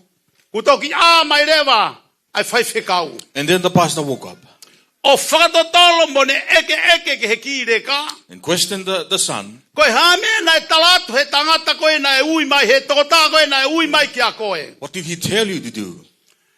Sai pe koe tau whewhakalotolahi aki pe eni. Which is encourage each other. Koe kulea ke tek tau toru he o whakau whai whekau. I speak with you to you with love. Au ai mohe. Don't sleep. Tau aki o runga he ahoni. Wake up Ke tau whakapapau i ngahi rea o koe a kui mai ke tau mo ui. to know the call of God for our O life. kulahi e tau toko si e kau ngā we. The workers are O few. kutau ui mai pe o tua he aho kotoa pe. God is still calling us. Pea kui kai ke tau ilo ko whe ui koe ai o tua. We Moi can- ui koe ai tangata. We don't know which one from God Ko and from whe ui ai man. whine motua. Ko whe ui ai tangata e ki. Ko Which- whe ui ai o tua. Which one from the women and O which one kia from mau God? ke tau aake ki o lunga kau whai whekau. We need to wake up, pastors. He ko polo parema ku hoko ke te tau tolu i he ahoni. Problem for us today, O kui kai koe kakai ia. it's not the people. O kui kai koe kosi ia. It's not about the coach. O kui kai koe mari ia. Not the wife or the Tukeu ki husband. molo at ka koe whai I whekau. want to speak to you, pastor. Ko au ia mo koe. Just you He and whekatau I. pas ke heki. Whai whekau. Talanga ke ta whaki o kai ko kosi o ku polo parema. Tell your neighbor, it's not the coach that caused the problem. Ko tau o ku polo parema. It's us that caused the problem. Whawheta ki heki. Hallelujah. O ku kei ui ai o tu ato kanga na ane tuku. God is still calling. Ui mai e o tu au tau whai a tau tolu he wahanoa. We're on our way to somewhere else when Ui He's mai o calling tu au us. ke whai a tu ko he ngau e pānga. You're going to where Ui while mai God o is tu still au ke calling. whai a tu ko he whaitu koe. You go somewhere else while God is Whanongo calling. mai koe kuonga whainga ta a eni. It's a common Koe sense kuonga solution. whakapauri eni. It's a Koe dark kuonga generation. kovi eni. Kua hiki he tau wholofola. It's written in the Word of God. Pea koe pau ke te tau tolu kau whai whekau. So a must for us Ke pastors. tau matua ki he taimi kotoa pe. Wake up He all kui kai day. mohe se tane ia. Satan Pea doesn't koe sleep. putako to koe a siasi. The people Koe are nau lying whakatetua mai ki au mo koe. Looking Koe nau forward for you and amanaki I. mai e kui ai hamea ia taua. They have hope in us. Kau whai whekau. Koe Pastors, kakai eni o kui kai ke nau ita nau tolu i haaho. they're not angry, these people. Koe tua i pe ke talanoa kou mai ke he whai whekau. When we talk about the pastor, Te tau laini whakataha pe mo kakai whare hopo. we all stand together in the Kau call. whai whekau, kou kore at ke dek tau tolu. I challenge you, Tau pastors, foki ki he wholofola e otua. just come back to the Word of God. Kau konferenisi o kou kore at ka pau koe taki departmeni koe. If you are Nai leadership kai in ke the church, ui noa ia ko he otua. God has not called you in Tala mai vain. e apostolo koe ku kolo mahui ngā ia. My treasure, Kai toi ai a ku kolo ai a aku. None of the Koe treasure. ku tokanga pe ke ui ai otua. Take care of the Koe call of hae God. ui ai otua ki a koe he what is ahoni. the call of God in your Taka life? pau ke whanongo ki e leo e otua. If you're hearing God's O voice, ate ke whakamata vare aloi ai. take heed of the voice of O God. kai ko siona koe. You're not O Jonah. kai ko siona au. He koe ui koe na whai kia siona. The call of God upon Jonah's life, Na ui pehepe o tua ka tek tau tolu. the same calling upon your life. Ui at ka siona. He called Jonah. Whakapapau i pe siona koe whekau pe mehe o tua. Make sure that this is the message from God. Whai e whika whakata mai a siona. And he was thinking of it, Ai ene ki kalo pe kene ki hola. just trying to run away. Pe toki a ko i pe ia he loto kete ko ia i ka. And he was taught a lesson in Teu the fish ki stomach. tala no no pe kau ke ku mou ia aku. Just my little testimony. Ko mahiki mai hiki fonua mai ke fonua ni mo koa. When we moved here to Brisbane, Ne mau fai e lot fei lau lau lah ki ai. we sacrificed in prayer. Pena e whanongo a koa ki here o tua. Kaka ke whanongo a wia ki here o tua. My wife heard the voice of God. Ka koa wia koe tangata mana wahe au pito a wia ki he lotu. Mana wahe au pito au ki he o tua. I'm a fearful man for God. Ka pe ke whanongo au ki hare o. I never heard any voice. Pa mawalo e ahata lotu pe talamai o kua ku whanongo ia ki here o tua. One day the wife told Koe me ha.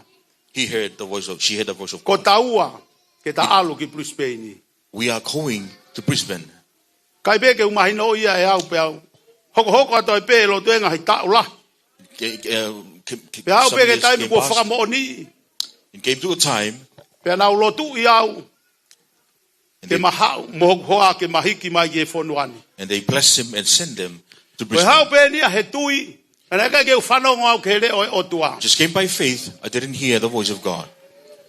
Kana te gai koe ke hau ke he lotu. Before I came to church, Na os whanongo au ke re o tua. I heard the voice of God.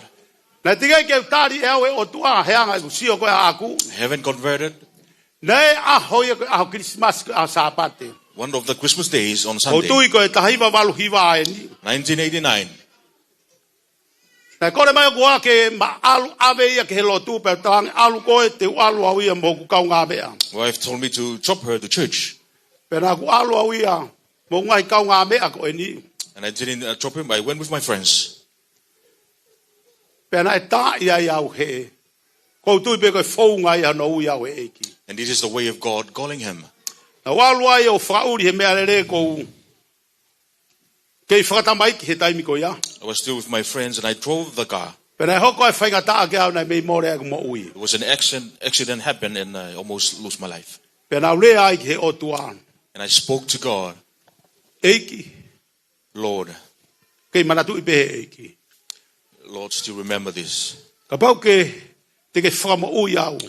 Mo ke whakahauwhi au. Me whainga taa ko e ni. If you save my life from this, Ko ne osi kotoa ia.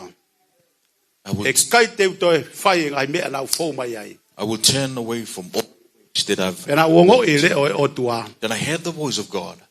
E ne alo o whana e ongo mai kia te au. I felt his love for my life. Te kai ke utaria e ki. Having accepted O Jesus si in my bea ngai life, taimi lahi. after Ka maamai re wa lotu mo Ameria. and I came to Ka o ke ilo church with taimi my ko ia wife, ku whakapapau ko nei whai ki he e ki. when Nei they kai promised, peke toi whoki e ku mo uia kuia ke u whai e mea ko. He na uiri fia. Ka pau te alat ka pau ko e tapa ka. Pe ko e inu kawa maalohi. About Ke smoking. uofi ki ai. Kai peke u toi la ko. Ai koe ke wala ki ai. Hange pe u sio e fope e ki mo ne lea mai ki au. Ku haa mea na tārea ki ai. God is trying to remind him about his promise. Peo toki turn hawa away. ia o maalu mo hoa ki he lotu. When I went to the church with my wife, Pea la langa ai he kau whai kau e ku mo ui.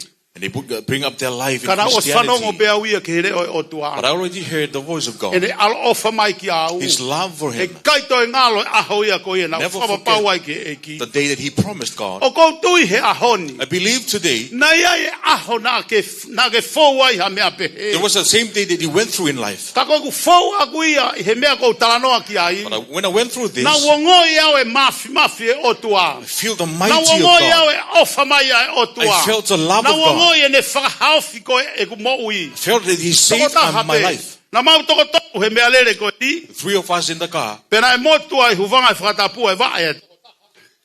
Pena e he ai e whakaukau e toko taha no ata mai. Ne mau mo ui ko toa pe. Ko au pen. Ko kei hao whakaofa mai e ahoni. He was the only person that was Pea koe ku survived. hao mai ke uhanga whakamatala atu ki a koe. But I'm here today to tell you, Nau whanongo ke he reo e o tua. I heard the voice of God. E esi o kou ofa ki a koe. He said, Essie, E esi te whakahauwhi koe. I will save O you. wikai te whakahauwhi no a ia koe. I don't save you for E nothing. esi o koe uhinga ko whakahauwhi ai koe. I save you for a purpose. O ku ui mai e o tua ki a koe i he honi. God has called you Whanongo today. le rei ke reo e o tua. Listen carefully E for ku his alu voice. whakataha mo ne ofa ki a te koe. Because he also loves you too. Alu whakataha e ne ui mo ne alo ofa ki o family. calls you and he also Pea loves you with your ofa atu family. e o tua ki he siasi. His love for the E ui church. ngai e mea ku ne ui tangata i he honi. When he's called O people, ko ui me toke lau. called to Ko ui the o au north. ke i fo. Ko Go to the west. West. Anyone who hears his voice need to work in the church today. The vision for Australia. To plant more churches. To bring people and talk them. To know the love of God. To get desire of God. To be filled the blessing of God. Hallelujah.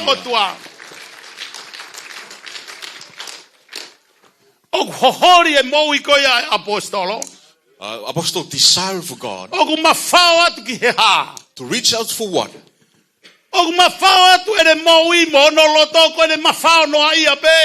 He's not reaching out for, without purpose. No. There is something that he's looking at. God reminded me this morning. You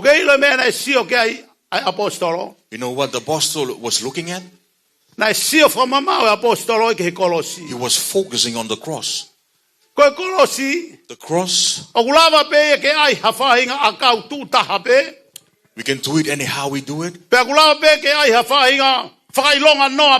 Or do it with any sign. The purpose of the cross is the plus sign for our life. Paul focused on the you need to earn more people. It is the sign for you. Pastor sees plus to add more people into the kingdom of God. We're taking away the body of Christ. But the sign is still there. The purpose of the sign for us to look at it. Jesus is gone. He is risen. The Paul is just focusing on the cross. The plus sign is what's looking at. We need to add more people into the kingdom of God. How are we going to do that?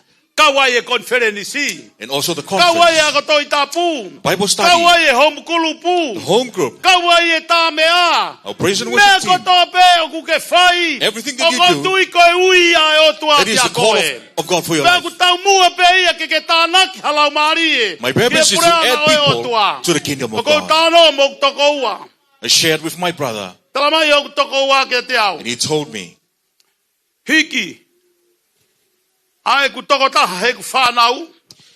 one of my children just left to another church. Was interesting. And he told him, this is my advice to one of my children. Just wait. Just go and invite people.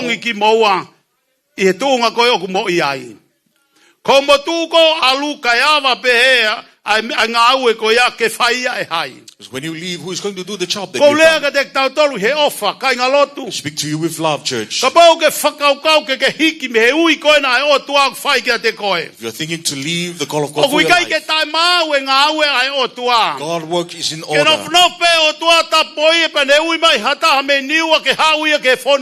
To call someone from New York to come here. Because we speak English in Australia.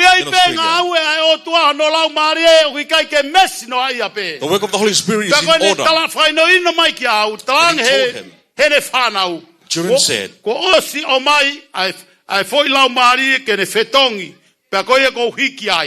just bring someone to substitute me. It might be good it's good to move to another church. But the reason for that is the call of God for your life. Yes, God's call for your life. Call of God is higher than my call. Just the high call of the apostle. This is the high call that I'm looking at. It's just a sign. The sign is the cross. How to work about the cross. There is a message from the cross. Pastors, it's about time for us to stand up. To stand up. To strive for God. Speak in tongues. To do something for God.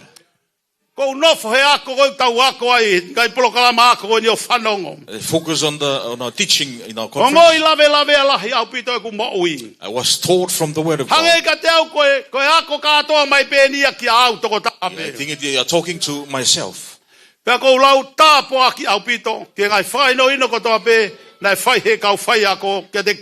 a blessing that the teachers are getting from the word of God. In this sermon, in this hour, to be like the apostle. There is something important the apostle is focusing on. Nothing is important to him. To focus on the call of God in his life. What is the call of God in your life? Perhaps He called you to sing, called you to be the usher, to do any job in the church, to be an assistant. Whatever God has called you to, listen carefully. That call is higher than any other call. If you call to be an usher, it's higher than anything. Don't leave there. Because God has called you there. Don't leave your job. Because the pastor didn't call you there. God called you there. If there's a call that we need to take care of, the highest call.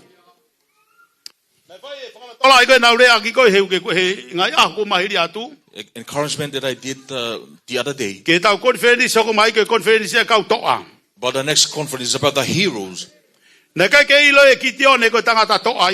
Gideon didn't know that he was a hero. That he was hiding from something. I just want to conclude with us this.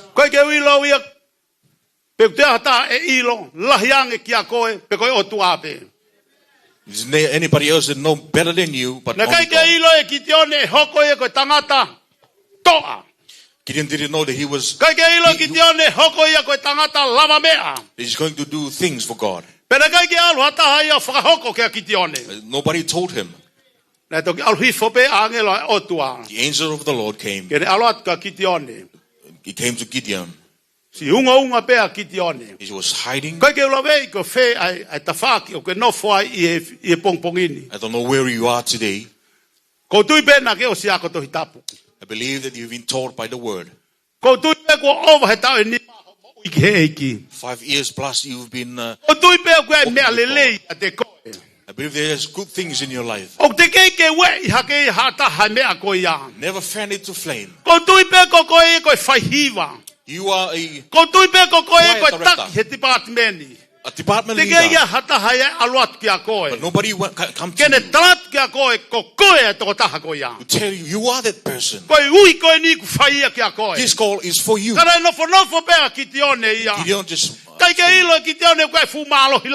know that he's a strength in his life. God's angel came. He was shocked. He hasn't heard this. This is the message from God. You are the hero. You are the hero. You are the woman who has strength. You are the person. Stand up.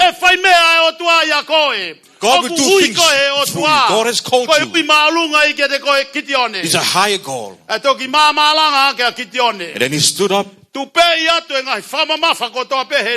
Shake off all burdens. He was focusing on himself. What he can do. But he was focusing on God. The call of God in his life. Listen, I want to tell you this. Look up. Look up higher. Look in the call of God in your life. Gideon told us. There's so many Gideons here in the church. You are that person that God has called you today. You are the person with strength. Apostle is telling us this morning, God needs for us to focus in His higher calling for our life. You know the secret for that. The people that God has called him to work, He takes care of them. God loves all the world.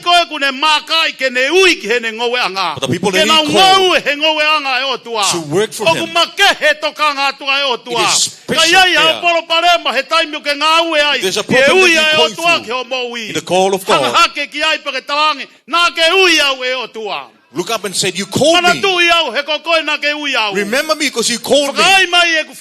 Supply for my needs. Provide for me. I didn't come here for nothing. I believe that you called me. It's the highest goal. Church, I believe that all the pastors, nothing that they care about, they only focus on God's calling upon their life. When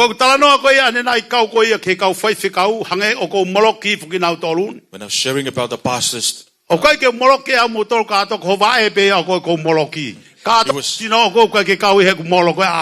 just stepped on your feet. We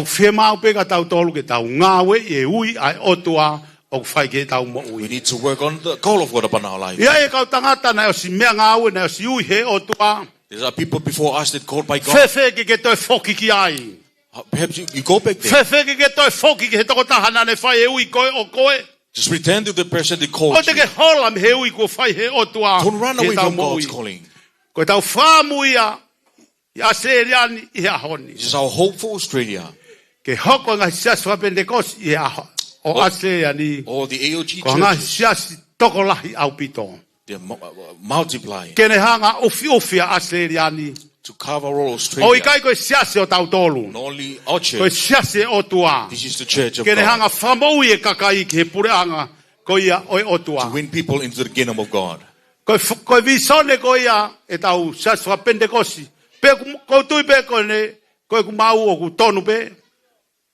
The vision of the AOG, the world AOG, this is their vision, to plant more churches, to plant 1 million of churches before. We only have 9 churches. How can you compare 9 to 1 million? It's the worldwide AOG vision. We are under them. We focus on God's calling.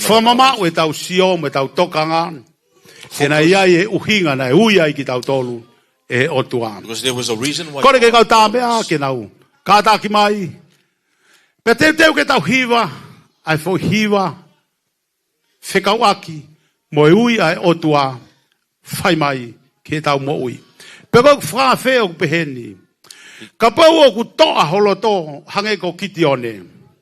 If you have strength in your heart to walk in the call of God, this will be gone. It will come in any time. If you are that person that heard the call of God, it's my first invitation.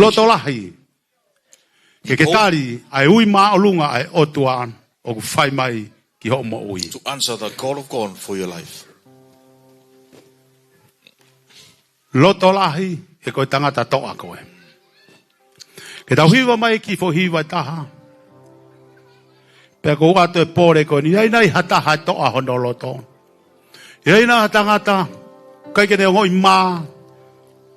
Don't feel ashamed in the presence of God. You feel the call of God in your life.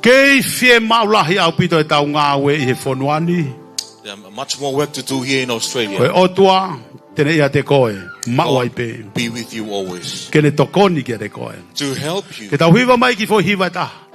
Ka pau ko koe e toko taha ko ia. You're singing this song. If you are that person, loto lahi ke kātaki mai. Whai ha tau lotu. Be courage, be strong. Kore ki he lau maare mao ni o ni ke te tokoni ki tau tolu. Ask the Holy Spirit to help hiwa mai ki fo hiwa koe ni. Au whata ki ha taha pe. All that is open for anyone. Whata ki ha taha pe. Toko taha e ni. Ne whata ke ui maalunga e otua. Whai ki ene mo ui. This person is avail his life. Ko whawhe toko taha katoa pe ke kātaki hake ki o lunga. May you rise to your feet. Ko whawhe e toko taha katoa pe ke kātaki hake ki o lunga. As everybody, may you rise to your feet this morning.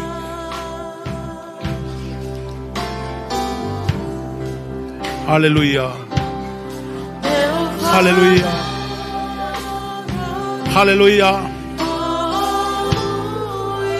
Hallelujah. Hallelujah. Oguie otua. Tene teu I pe e ia. Ai feitu. Hallelujah. Tene teu pe nau. Mea kotoa pe e teu I pe ia he otua. Hallelujah. Whawheta I kere ko eiki. Hallelujah. Hallelujah. Whawheta I. Hallelujah. Whawheta I. Hallelujah. Ka pau ke whanongo ki leo e otua. If you're hearing the voice of God, Lotolahi. Be strong. Lotolahi. E ia te koe pe otua. Be courageous because God is with you. To bless you. Hallelujah. Hallelujah. Hallelujah. Malo sisu. Hallelujah. Io. Eki ko kau tangata ni ko nau whanongo ki he ore o. Nau whanongo ki he o ui. Al ofa mai. Hallelujah. E kau whai whekau ko kore ke mou kata ki mai. Hoko koe whakalotolahi ke teki nau tolu ku nau pore e pong ko eni. Koe kau tangata o ku toa ho nau loto koe kau whewhine o ku toa ho nau loto ke pore I he ngā ue o ku tau whai I he whonoani. Hallelujah. Hallelujah. Hallelujah. Hallelujah. Hallelujah.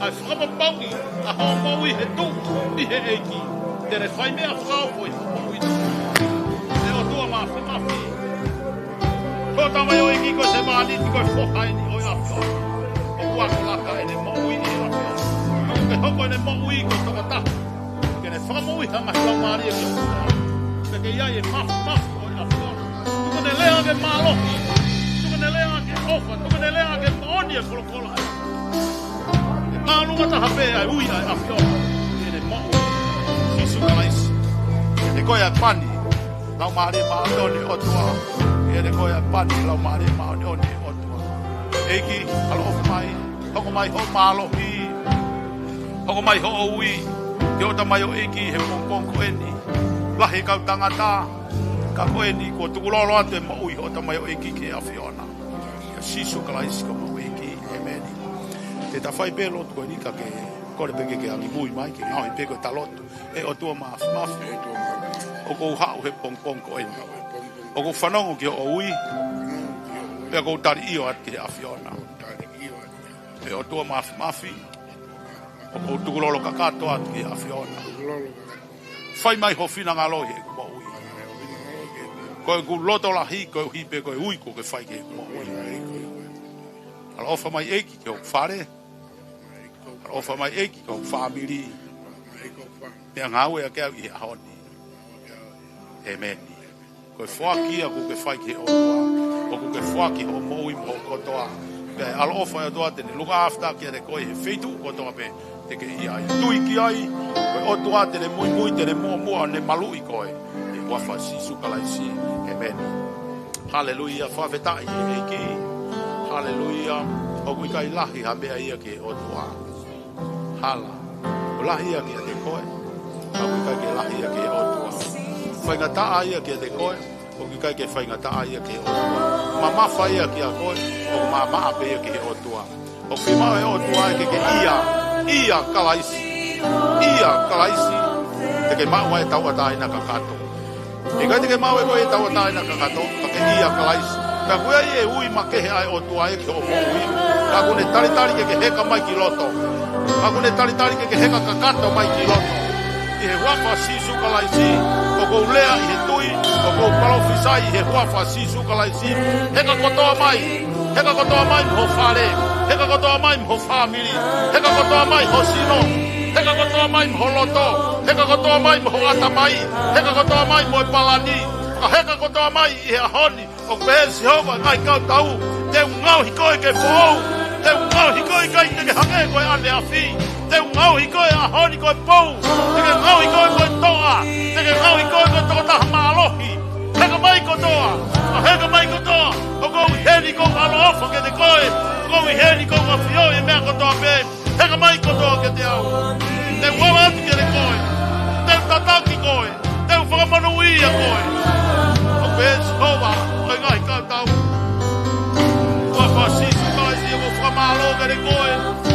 O kuke hao o pākingi pe. O kuke pākingi pe mo ke tātari pe ki ho kau na ngā. Ke whaheka atu hono kotoa ke a whiona. Pea kune tari io at ke te koe. Eiki me ngā wea ke moui ania. Ke langlang ia i ho a whiona. Sisu kalaisi amen. Nia. Ngā hilot koe ni kolo tui e o tua. Hou tukulolo at ki a whiona. Heka kotoa atu i a honi. Heka atu e whanau. Heka atu e whamiri. Heka atu e koloa. Heka kotoa atu. Hiro atu.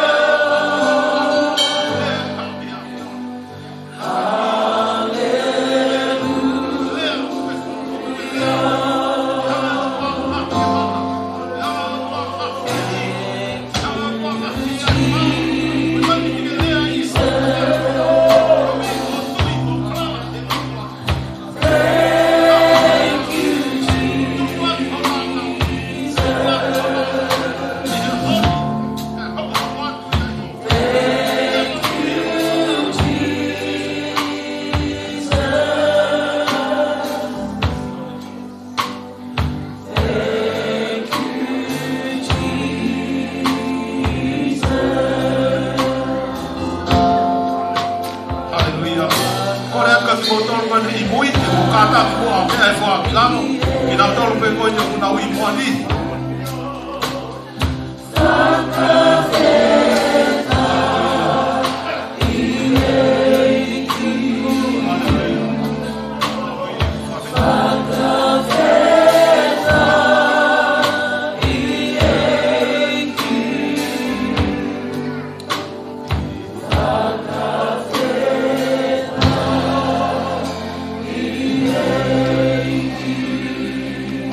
Hallelujah. Tiga kita fala aussi. Before we conclude today, Ogo bihe ki ke te au. Ke o te mana mahe ke ule aki. Ai fola ko en. Ogo e ka tangata, ogo e ka fefine. Ogo na mana wasi I helaka. Ogo amana ke na fai. fear of the work that they're going to do. Kampe Jehovah ngai ka tau. Jehovah with the host Te ulaka o mo ai te koi. go before you. Te ulaka o mo ai te koi. I will walk before you. O kai ko koi e fai e laka.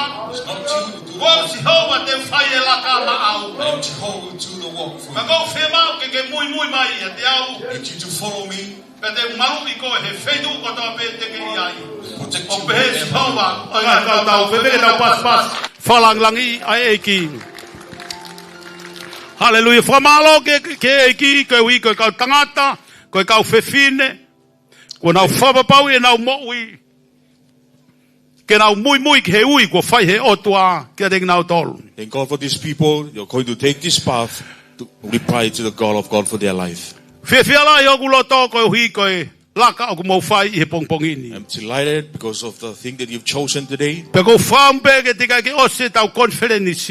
Before this conference ends, O ku he ni ka fai fe ka I Brisbane. there are pastors here in Brisbane. Hiki mai ho mo hingoa. Just, bring your names. O ku e mau lotu sei ni o fai.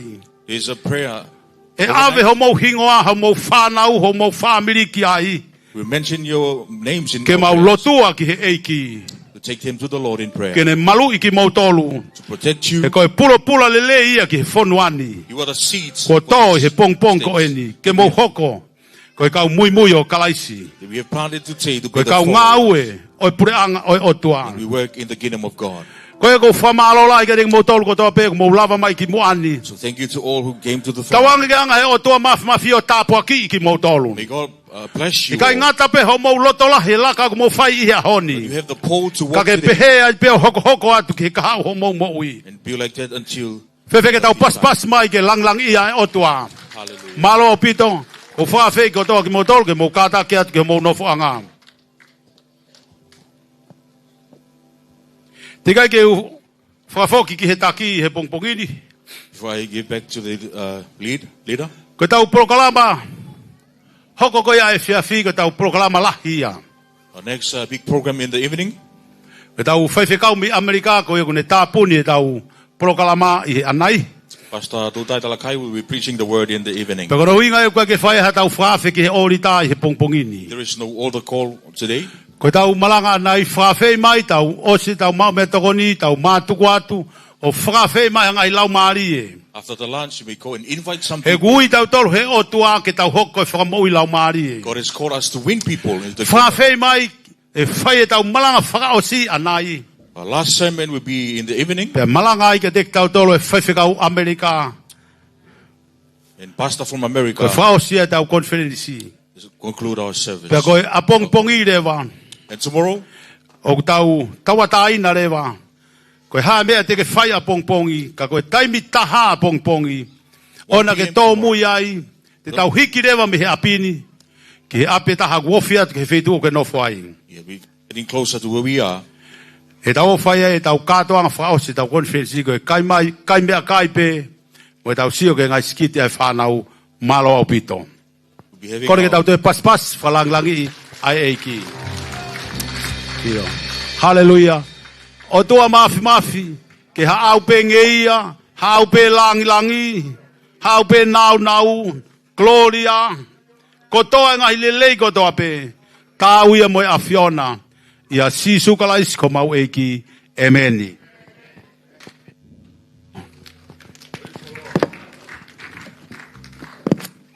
Tau toi fua pas keiki. Amen.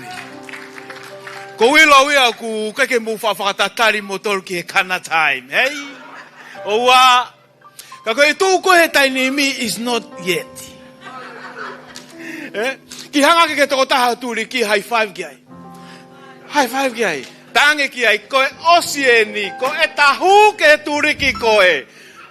Ai pe ki he pāpāhia.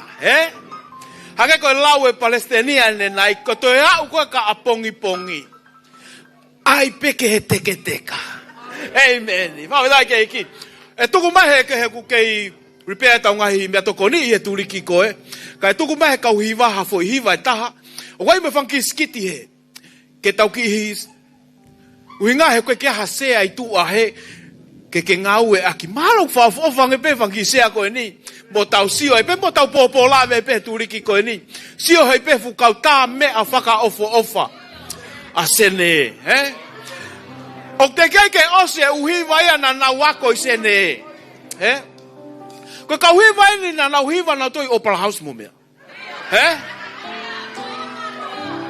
Koe haha ke ai a puspe ini, ke hao hiwa i ai. Nau toi hiwa na toi orunga he full preach.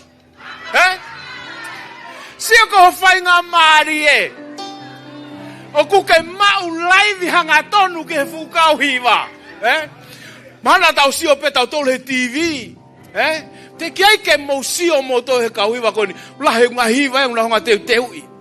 Pako kore ke kau hiwa. Hu mai pe nau ki fo hiwa taha. O kuia e kau skiti me he turiki koe. Uga ta.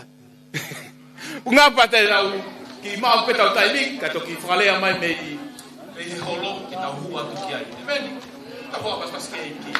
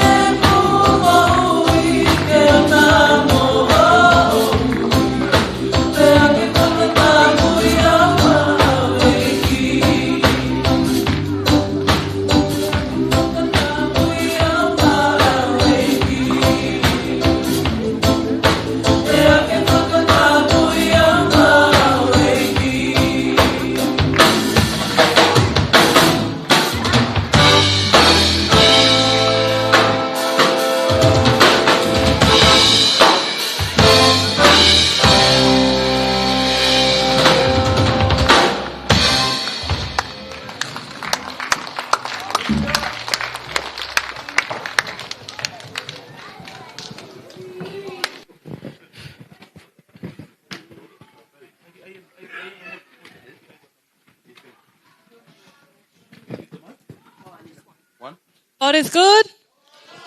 Come on, church, we can do better than that. God is good? And all the time?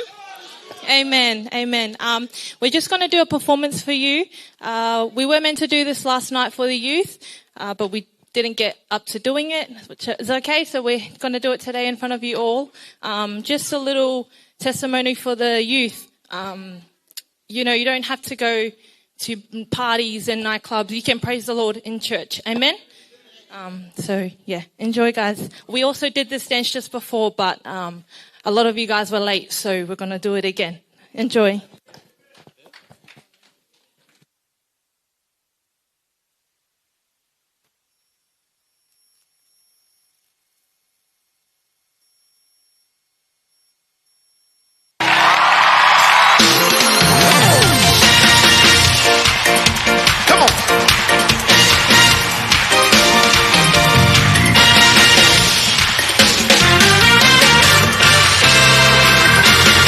My soul does magnify the Lord, and my spirit praise His name. Even death could not hold Him captive. Even in the grave, He is Lord. Even death could not hold Him captive. Even in the grave, He is Lord. My soul does magnify the Lord, and my spirit, come on, clap real big. Even death could not hold, even in the grave, He is Lord. Even death could not hold, even in the grave, He is Lord. Yeah. I feel like running, skipping, praise the Lord for what He has done for me. He has set my spirit free. I feel like running, skipping, praise the Lord for what He has done for me. Well, I feel like running, skipping, praise the Lord for what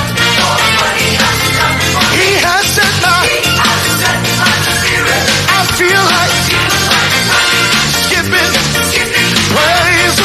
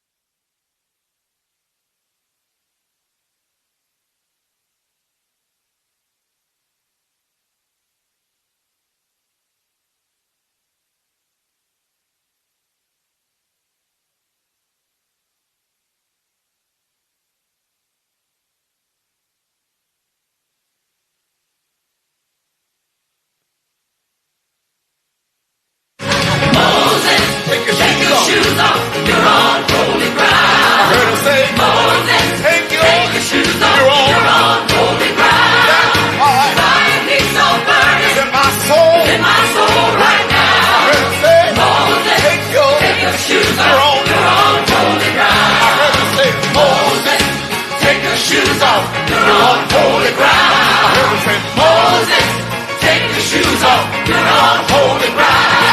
That fire he's all burning is in my soul right now. I heard it say, take your shoes off. You're on holy ground. God's people were in bondage, had no one to bring them out. So God called on Moses to turn their steps about. He called him up on the mountain, and when he turned, he looked around. Said, Moses, take your shoes off. You're on holy ground. I heard him say, Moses, take your shoes off. You're on holy ground. I heard him say, Moses, take your shoes off. You're on holy ground. In my soul right now. I heard him say, Moses, take your shoes off. You're on holy ground.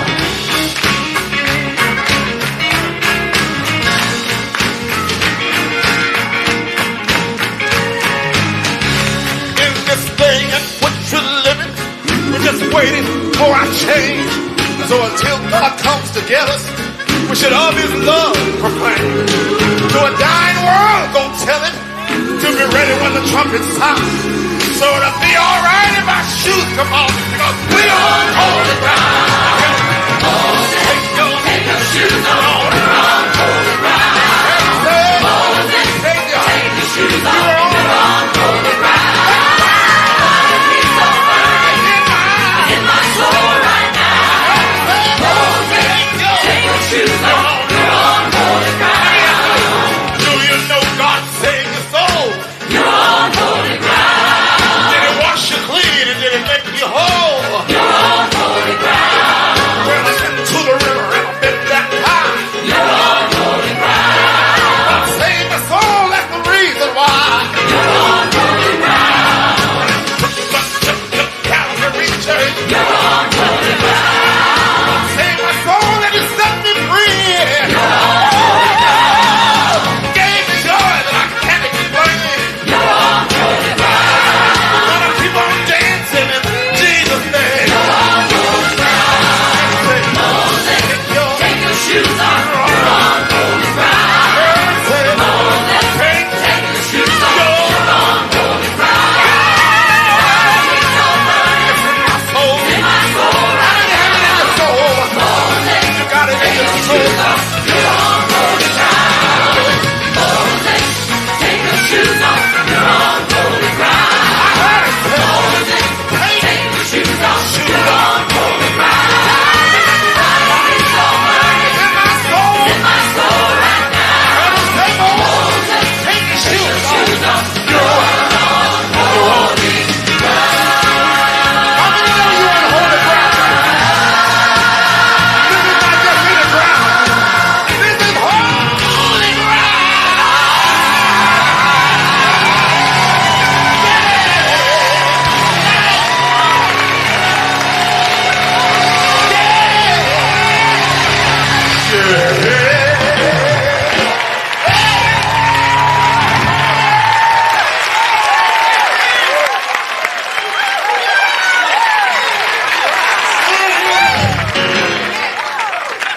This is holy ground. The world may not believe it, but this really is holy. Holy. Holy. Holy.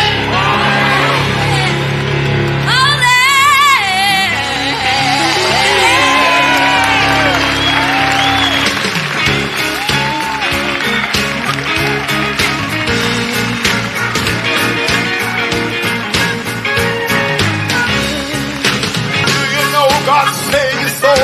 You're on holy ground. He washed you clean and he make you whole. You're on holy ground. Took the trip to Calvary Church. You're on holy ground. Saved my soul and he set me free. You're on holy ground. Well, I went to the river and I've been baptized. You're on holy ground. God saved my soul, that's the reason why. You're on holy ground. He gave me joy that I can't explain. You're on holy ground. Keep on dancing in Jesus' name. You're on holy ground.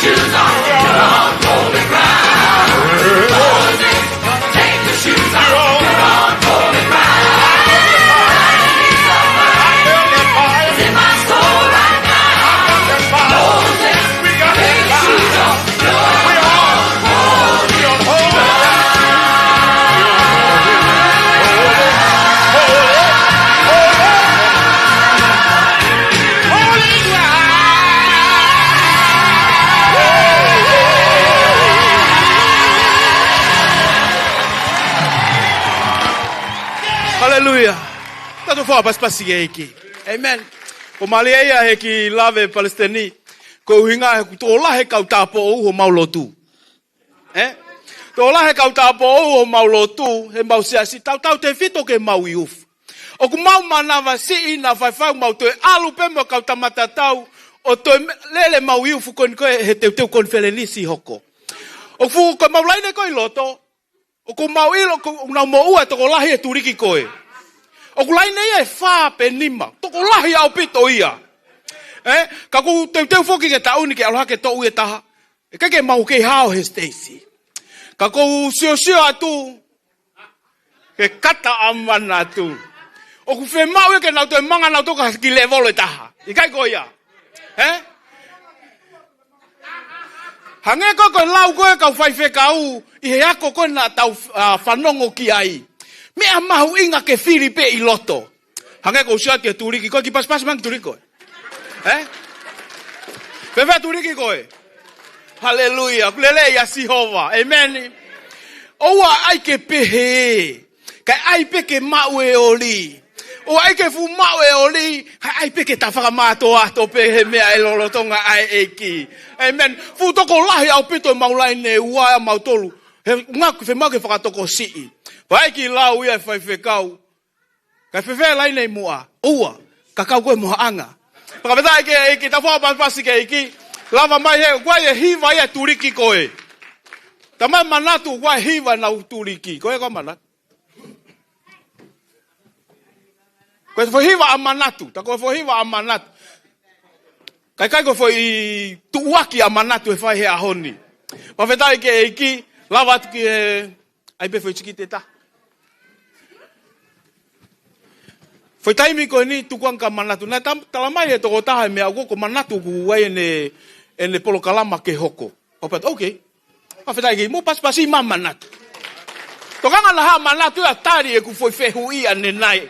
Ko foi tuaki ko ane nai ko ila tari e manatu me turi ke taha ko osi pe ko ya me mahuinga ke mo ko fa ofa mo ngai teunga matala ya kau ko tuku he mo hau fa mo fai ta yai ko konferenisi e wa fe wa no ange ko teunga ko ni ko ka me sene fa ofa ke mo ma o fai ta malo e tau ma o nga ka speaker ko ni mo mai mo ai ma tau ta mo ya ke tau sio pa tau fa manatu ko winga na whakaholo mui e kau sene ia, pa toki isi o pe, na mau lotu pe, si o ki he. Whai pe whakamooni lai tāta, koe ko manga e wa eki tua, e manatu Whawhetai tau pā pasi mai ke, manatu tele mai fwoi hiwa e aoni. Whawhetai ke eki. Amen, amen. Hoko mai pia makakalo tola. Hallelujah. Amen. Ka wende he toko taha na maki feo I Brisbane. Hallelujah. Hallelujah. Ko manata taimi na maki Brisbane ni ai. Maha taimi whai ki ngā aue whakataha pia pai Palestini. Na hange Palestini o te ke iau ki amaka. Hallelujah. Hallelujah. Te ke iau ki amaka. Te maki feo hi mo toko ua koe ni. Pena e lahi pehe, pena e lahi pehe, pena e pehe ku feo hi mo toko ua koe ni. Ka koe mea kotoa pe na ufai, na kutaa sipinga le reiki he toko ua koe ni. Hallelujah! Tale kufio hiaku me toko ua koe ni, te teke sio mai toko koe ni, ko kape pe ko kata tano a koe, po haa me ko ufai. O koe ki te haata whiriri waki anga e kumo ui. O kumahewahe koe ni, ko kutala loto. Na ia e lave, e preste ni ki hene malanga, ene ririu koe ki he otua, ko extend. Nai ke toki rea he kai, ane nai kau tau whiuwhi ki tō tari ki he kai. Ke wahe e ku tala loto ko mea ta tau na ku fōu mai ai. Ko au mo tō taha na ku extend, ma ta koua. Na hu hoku ulu I he sio ata mua ko e fulori na ma extend ai. No tonga ko e ko ma hua ka marohi, mo e ngahi mea ko e ko turia ko he tala vou I he ahoni. Ai si. He? Pea taimi na ku tō mai ki mui ko kei mau e mo ui. Pea na hopo ki he tua lori ko ripa ko kurea eki. Ka pau te hoko ko hao mea ngā ue. Pea ke whakahai mai ki te au. I he tahiwa ua, na whakawhe ia iau, e ku ka nga mea ko whaiako ko mau motu. Nana mo ui nuku alofa, toko taha ko ni ko areki pia mo naa. Nana whaiako ko mau motu. Ko ngā ko tare niti pia aku e hiva. Whakarere patunga e tala wou. Pia ko maa taimina mau whiohi ai, nana whakawhi au, lo tonga ko e tala wou au. Ke maaru ke ki polo karama, ai iufu koi anei a fu, whakarere he whiawhi whalaite. Ko hono mo ni wafio e otua, na aku i o ko ngā ko tau mua kehe na aku alu ai. Ko e otua e o roto. Amen? Alu ko ngā ko tala wou, ko ta vahe ko ni wafio e otua. Alu ko tala wou, alu au ia i he mea kehe ku whakau kau aku. Ka i taimina lera i e malanga ko fine mu ia, ko tua fefina ia e presten i ahoni. Whakau Newton i tonga. Pea ko malanga ko e fine mu i ko ni, o ku lea mai peia ki a au. Pea ko ksiaf ko ngā tangata, na e whakawhia ke lo tu pena uia, na e mu ai a alo whamatala ia hok historia ke fefine ko ni. Aroha ke ita ia te au, pau te tangutu pe. Tu aua ke to sio ke to taha ko ni. Pe ko pet ki ai. Na ke teke rea au pe mai to ko ni manatu. Ko me na ngalo ke vai ke te koe. Ka ia ha me ko fio he o tua ko lau mare o tua e rea ke te koe. Me tahiva wa ka ngalo ko mo ui. Na ku fai e whakaului, na ka ke to ma ku hataha. Na wa po tu e orita ko to ta ta la vo la tu ta la sisu ko e ki mo fa mo ui. Me ya ha ko ne sila ye ho kungutu mo ko mo ui ko me nga wa e ki. Pe ta tau ko te hata firiru wa ki me hiwa wa ma ki honi. Ko ka tanga ke ta no no ia. Ko alu he nga wa nga ku lo ai ku mama. Na pe ko fe ko pe mo maka. Ne ona e time no na maka nga whanga mari e ngā wai prispenini. Pea mahoko te whanonga. Hallelujah! Ko tui pe mau e maka loto lahi he ngā ki eki. He nai whiohi mo toko taha te tonu. Mana tui ko taha i e mea whika tō luia. Taimi o tare si suha taha ko eki mo whakamo ui. Ko whakaloto lahi ko hono tō luia. Whiohi mo toko taha te tonu ke langa hake ai ho mo ui. Amen! O pepe ku ngā wai i a honi pea mo whai whika awe e peri. Ia e toko ua, ko sio na ne whai laka i ahoni, ki hoko mea ngawe ai o tua. Te o tako ni o te evita. Mea ta tau pe. Ko whahi mo toko tako ni ne turia e maari e mama, hoko e palo pare malahi ki e mo ui. Le taipi ko na ku ilo ai. Na ku tūta whaki toko ua ko ini. Hallelujah! Ta tau ai pe puhamena te talu hono sivi he toko ua ko ini, pe ko whai whikau whewhe au. Amen. Me hi aha ko ia ke aho na fo he baptizo. Pane toki tala no ngutu mai ki ate au. Hallelujah. Wa ubi ki ahoni ku hoko toko taha ko ni ko e kau he toko taha ma kwa puate. Siasu eki. Hallelujah. Ko e ke hoko taha puake ke foki he ngau anga konferisi ko ni. Foki hoko taha puake ki hotoko ua. Neongo pe kuya tono no hoko pe koko taha puake. Hallelujah. He kwa te ke ilo koi ngawa e otua. E ngawa pe otua ki he loto e toko taha ko ia. Ka ki mua ko koi te ke sipinga ki he toko taha ko ia. Ko ki hiva. Toko loto lahi pia ko hiva. Hallelujah. Ko ngana ma teu mai ma iuf pa ko siata ke kau iuf ta ke ai e mea. Kalo mai na tolu. Ko mei pe mai ki fai whekau. Ka hila ke fai whekau. Ka nau osi mai ki mua. Pau pe te whau. Whafofonga ia tu. Ai hiva, te hiva pe ko hema ni ko feitu uia ko lo hawa.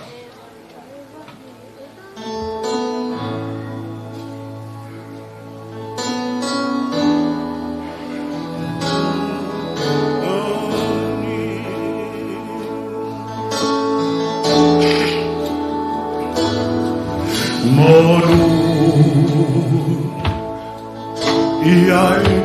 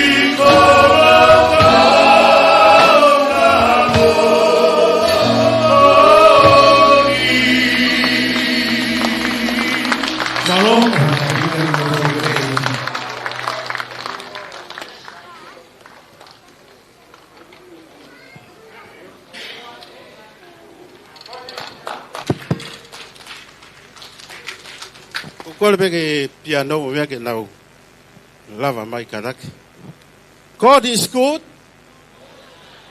He is risen today. Og toi tua e ki he ahon. I ho tau loto. Ko siok fu lo ta Asia North Triumph Point Church. Talpe me kamata goen mau toi. Ha upek he ahon. Og kai ke matea Triumph Point Church. Og mo ui. Te fai aki foi hiva. Ka leva ke mau. Ai kai ngalo tu ke hoko te mau foi hiva fakata. Ka koi foi hiva ko manako loto ki ai mo smia ipe. God sent his son. Kata ko tama ki chi.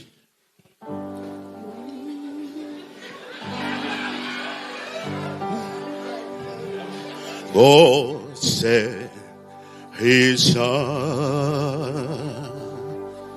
They call him Jesus.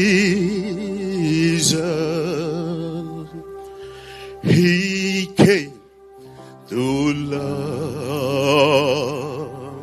heal, and forgive. He lived and died to pay my part, an empty grave is there to prove my Savior lives, because he lives. All sing together. Because he lives, yes, he lives, I can face tomorrow. Oh yes, Lord. Because he lives, all fear is gone.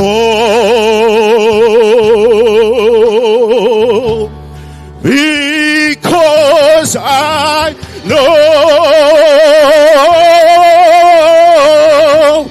he holds our future,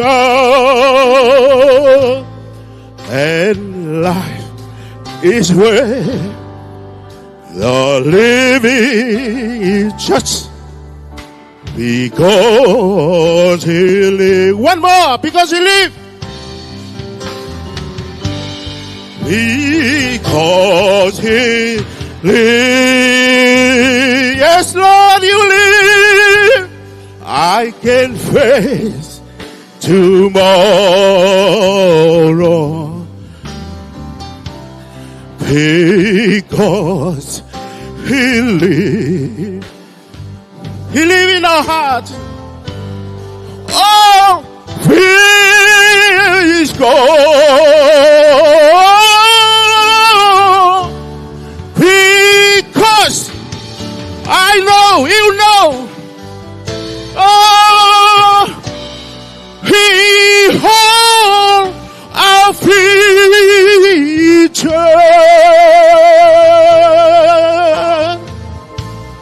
and life is where, because he lives, because he lives in you and me in our hearts.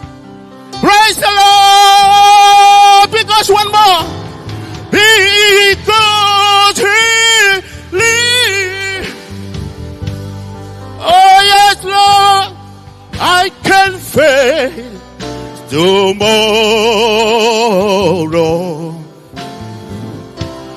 because he lives. All fear is gone,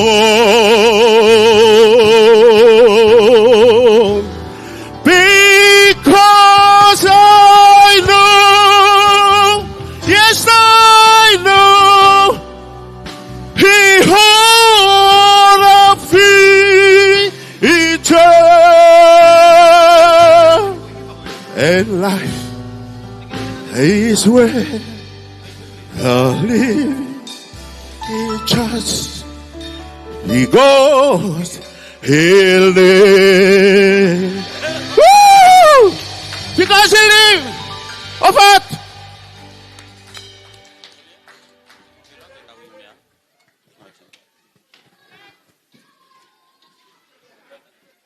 Famalon ge kauhi vasene. Ya. Pame ge mo te fak ma pas ge ma fai vekau. Pamita ge iki.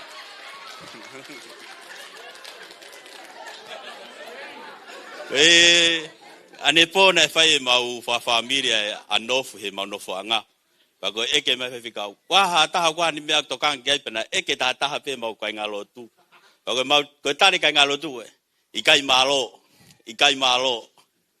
Famu pe o sang mea te mau fa familia na ia haki me te na wa me he tau ko au ke o se tau po kalama o mau ke ikai malo pe ka fa fe dai ke iki o tu ku puke pe he kau tanga ta mo ka fe fine go nia ta po ki ke to ku hua I nof pa te mau ko mau tol fo me nof no for Brisbane e mau to ki tahat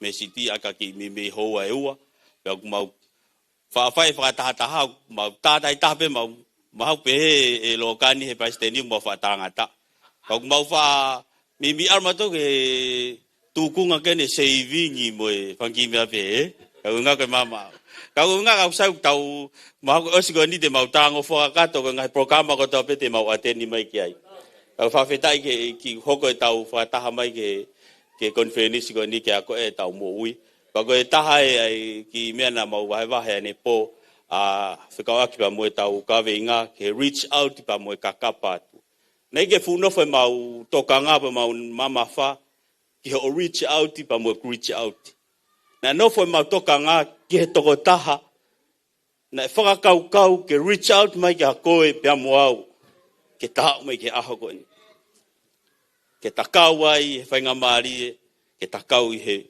au atu. Tō taha ko eiki ko sisu kalaisi. Hifo. Ko ni whainga mai ka koe bea moau. Ke lawa ke tamo ui ai. Whawhetai ke eki. Te mawhaite ki prokalama ai ki lesen whakatata o kupehe no whalea. Ko whai lesen whakatata mo tu apenu mau whakata pehen I Brisbane ni peupea no whalea. Ai hiwa koe poretaki. Oia si te poretaki.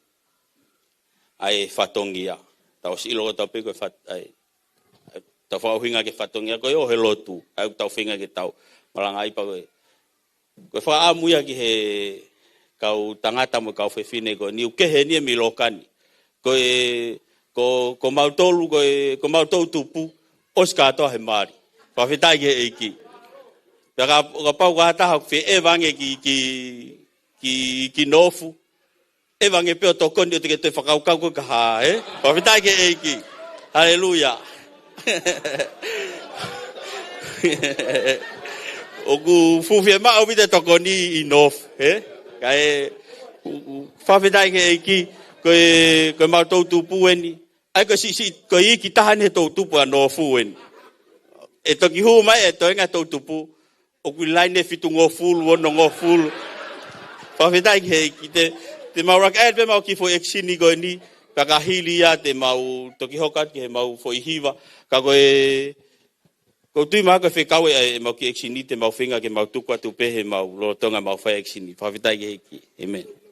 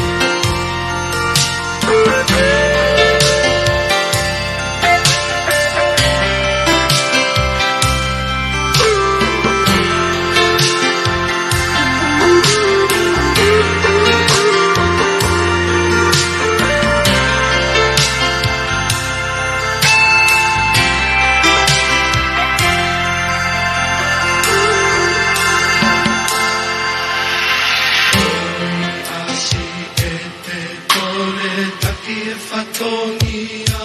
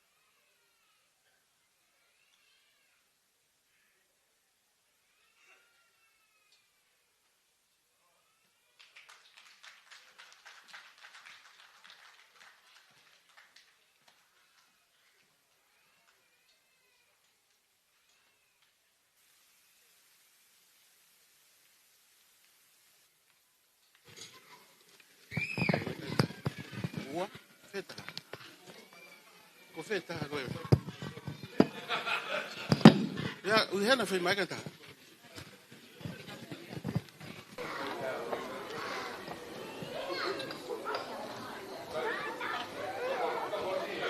Potantu aeki. Potantu aeki. Iho tau ngahi loto. Oa uke ngata anga o e tau mo ui. Patailahi ke eki. Koe ki fo hiva koni te mau hiva atu, koe fo hiva toi tu upeia. Koe mau whaka langi langi, mau whaka hiki hiki. Asi suka laisi.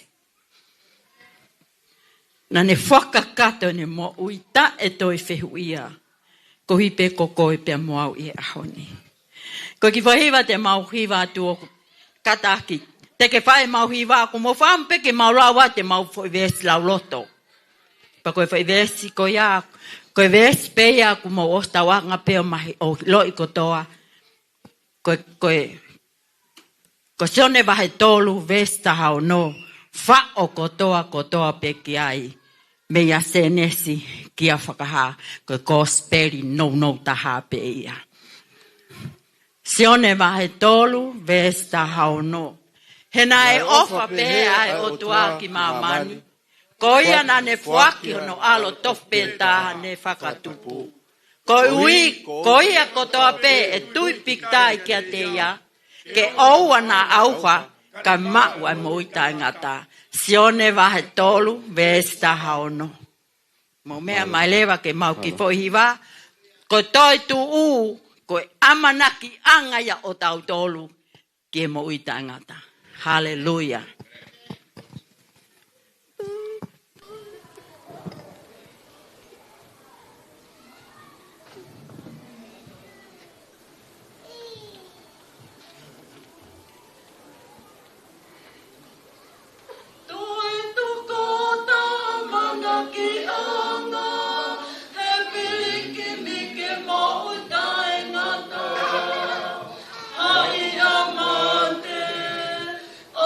Keep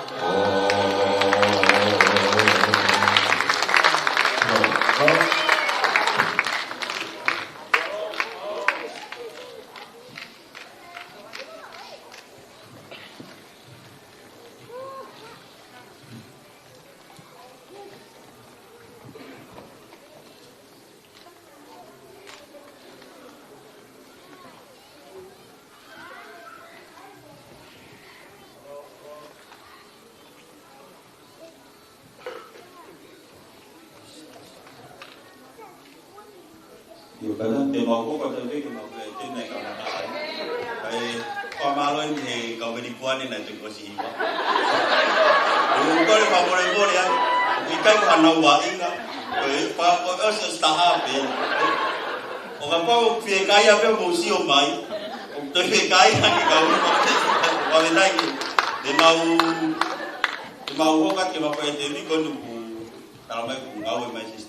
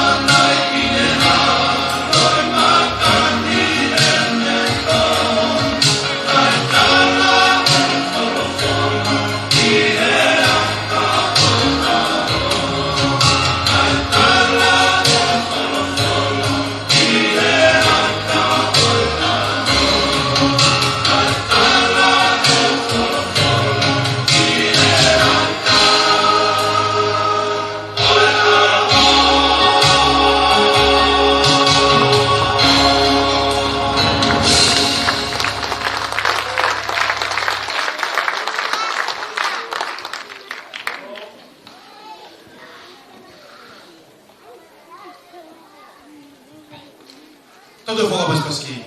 Todo tem medido paski. Kalau mai tu na ai mana tu hiba tu kilo. O pun tu fala mai ai mo ke mau ki ai hiba tu kilo. Ako ta mahimai ni ko si mau yang tu. Todo fogo mas paski.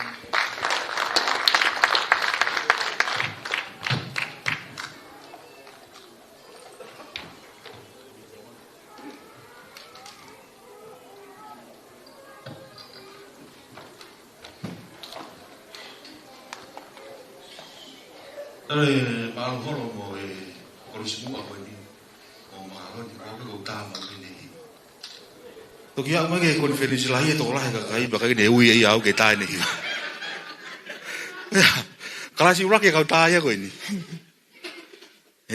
Bagi hiba tu hiba ya fini kau ngomong ini kau tau firma lau mari ni oni tau ngau kau fai ke iki ke lawai ho tau wiwi fai tangata mo tau poto mo tau ke tau lahi ho fai lontu tau toi fok bet tau ke kamata angai pente ko sing tau firma we malohi o lau mari oni o fere ngai hiva wa kakai hene kau pente ko sene na fa u hiva na fa we ngai piti ki he hiva angai ko to ta ko ni ko ne to ngai tau me a ko ni ko ni mariku ko to tahan ko ngawe ke tafa ko ha ko nga ko lahi ko fanong wa to tupu ke ngai hiva fa mamani ko sai ko no hiki hiva fa mamani ka ko to lava pe ka kai he ni tau siasi o fa mo hiki ngai hiva le li fa lotu ke tau fanong o ki ai e ko me ko te ke fanong o ki ai ko me ai te ne fa fotu nga ko ka pa lahi o fanong o ki fa mamani te ke fotu nga fa mamani ka ko lahi ko fanong o ki hiva fa lotu te ke fotu nga fa lotu ko ta mau doktare ni te nau fai ke tau mafuria o whanongo ke hiwa whakalotu. Whawhetai lai ke eke, kore peke ki tai mai.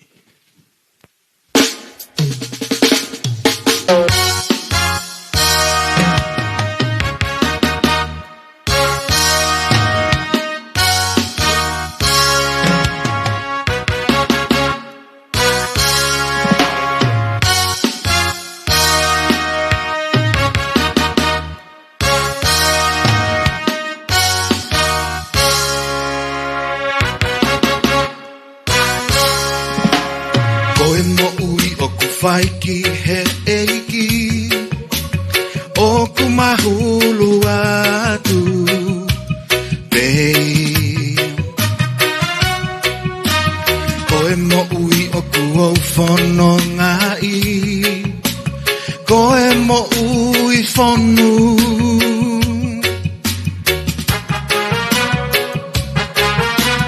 he ko sisu il te au ko Koe mo ui tau lofu.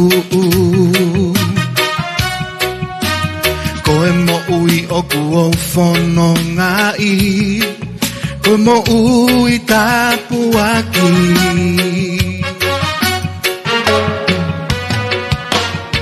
Koe ahoni ke ta whonu i he lau mari e. Ke matu uaki e ta au e aho mohono ngahi pole. O whai ai si o tawe te ange. Ka hiri hono iku iko toa pe ka e tu upe.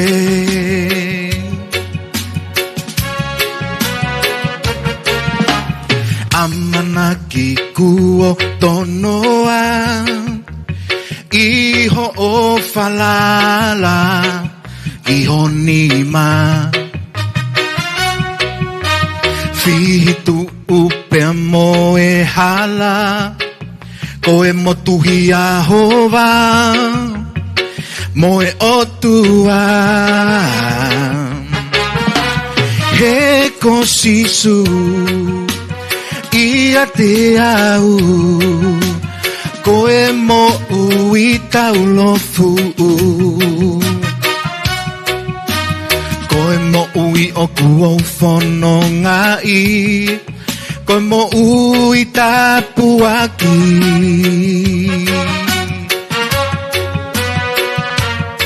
Koe ahoni ke ta whonu i he lau mali e. Ke matu uaki e ta au e aho mohono ngahi pole. O whai ai si o tawe te ange. Ka hiri hono iku iko toa pe ka e tu upe.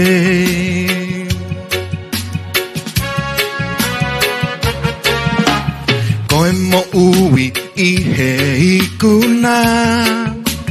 I he nofo ia.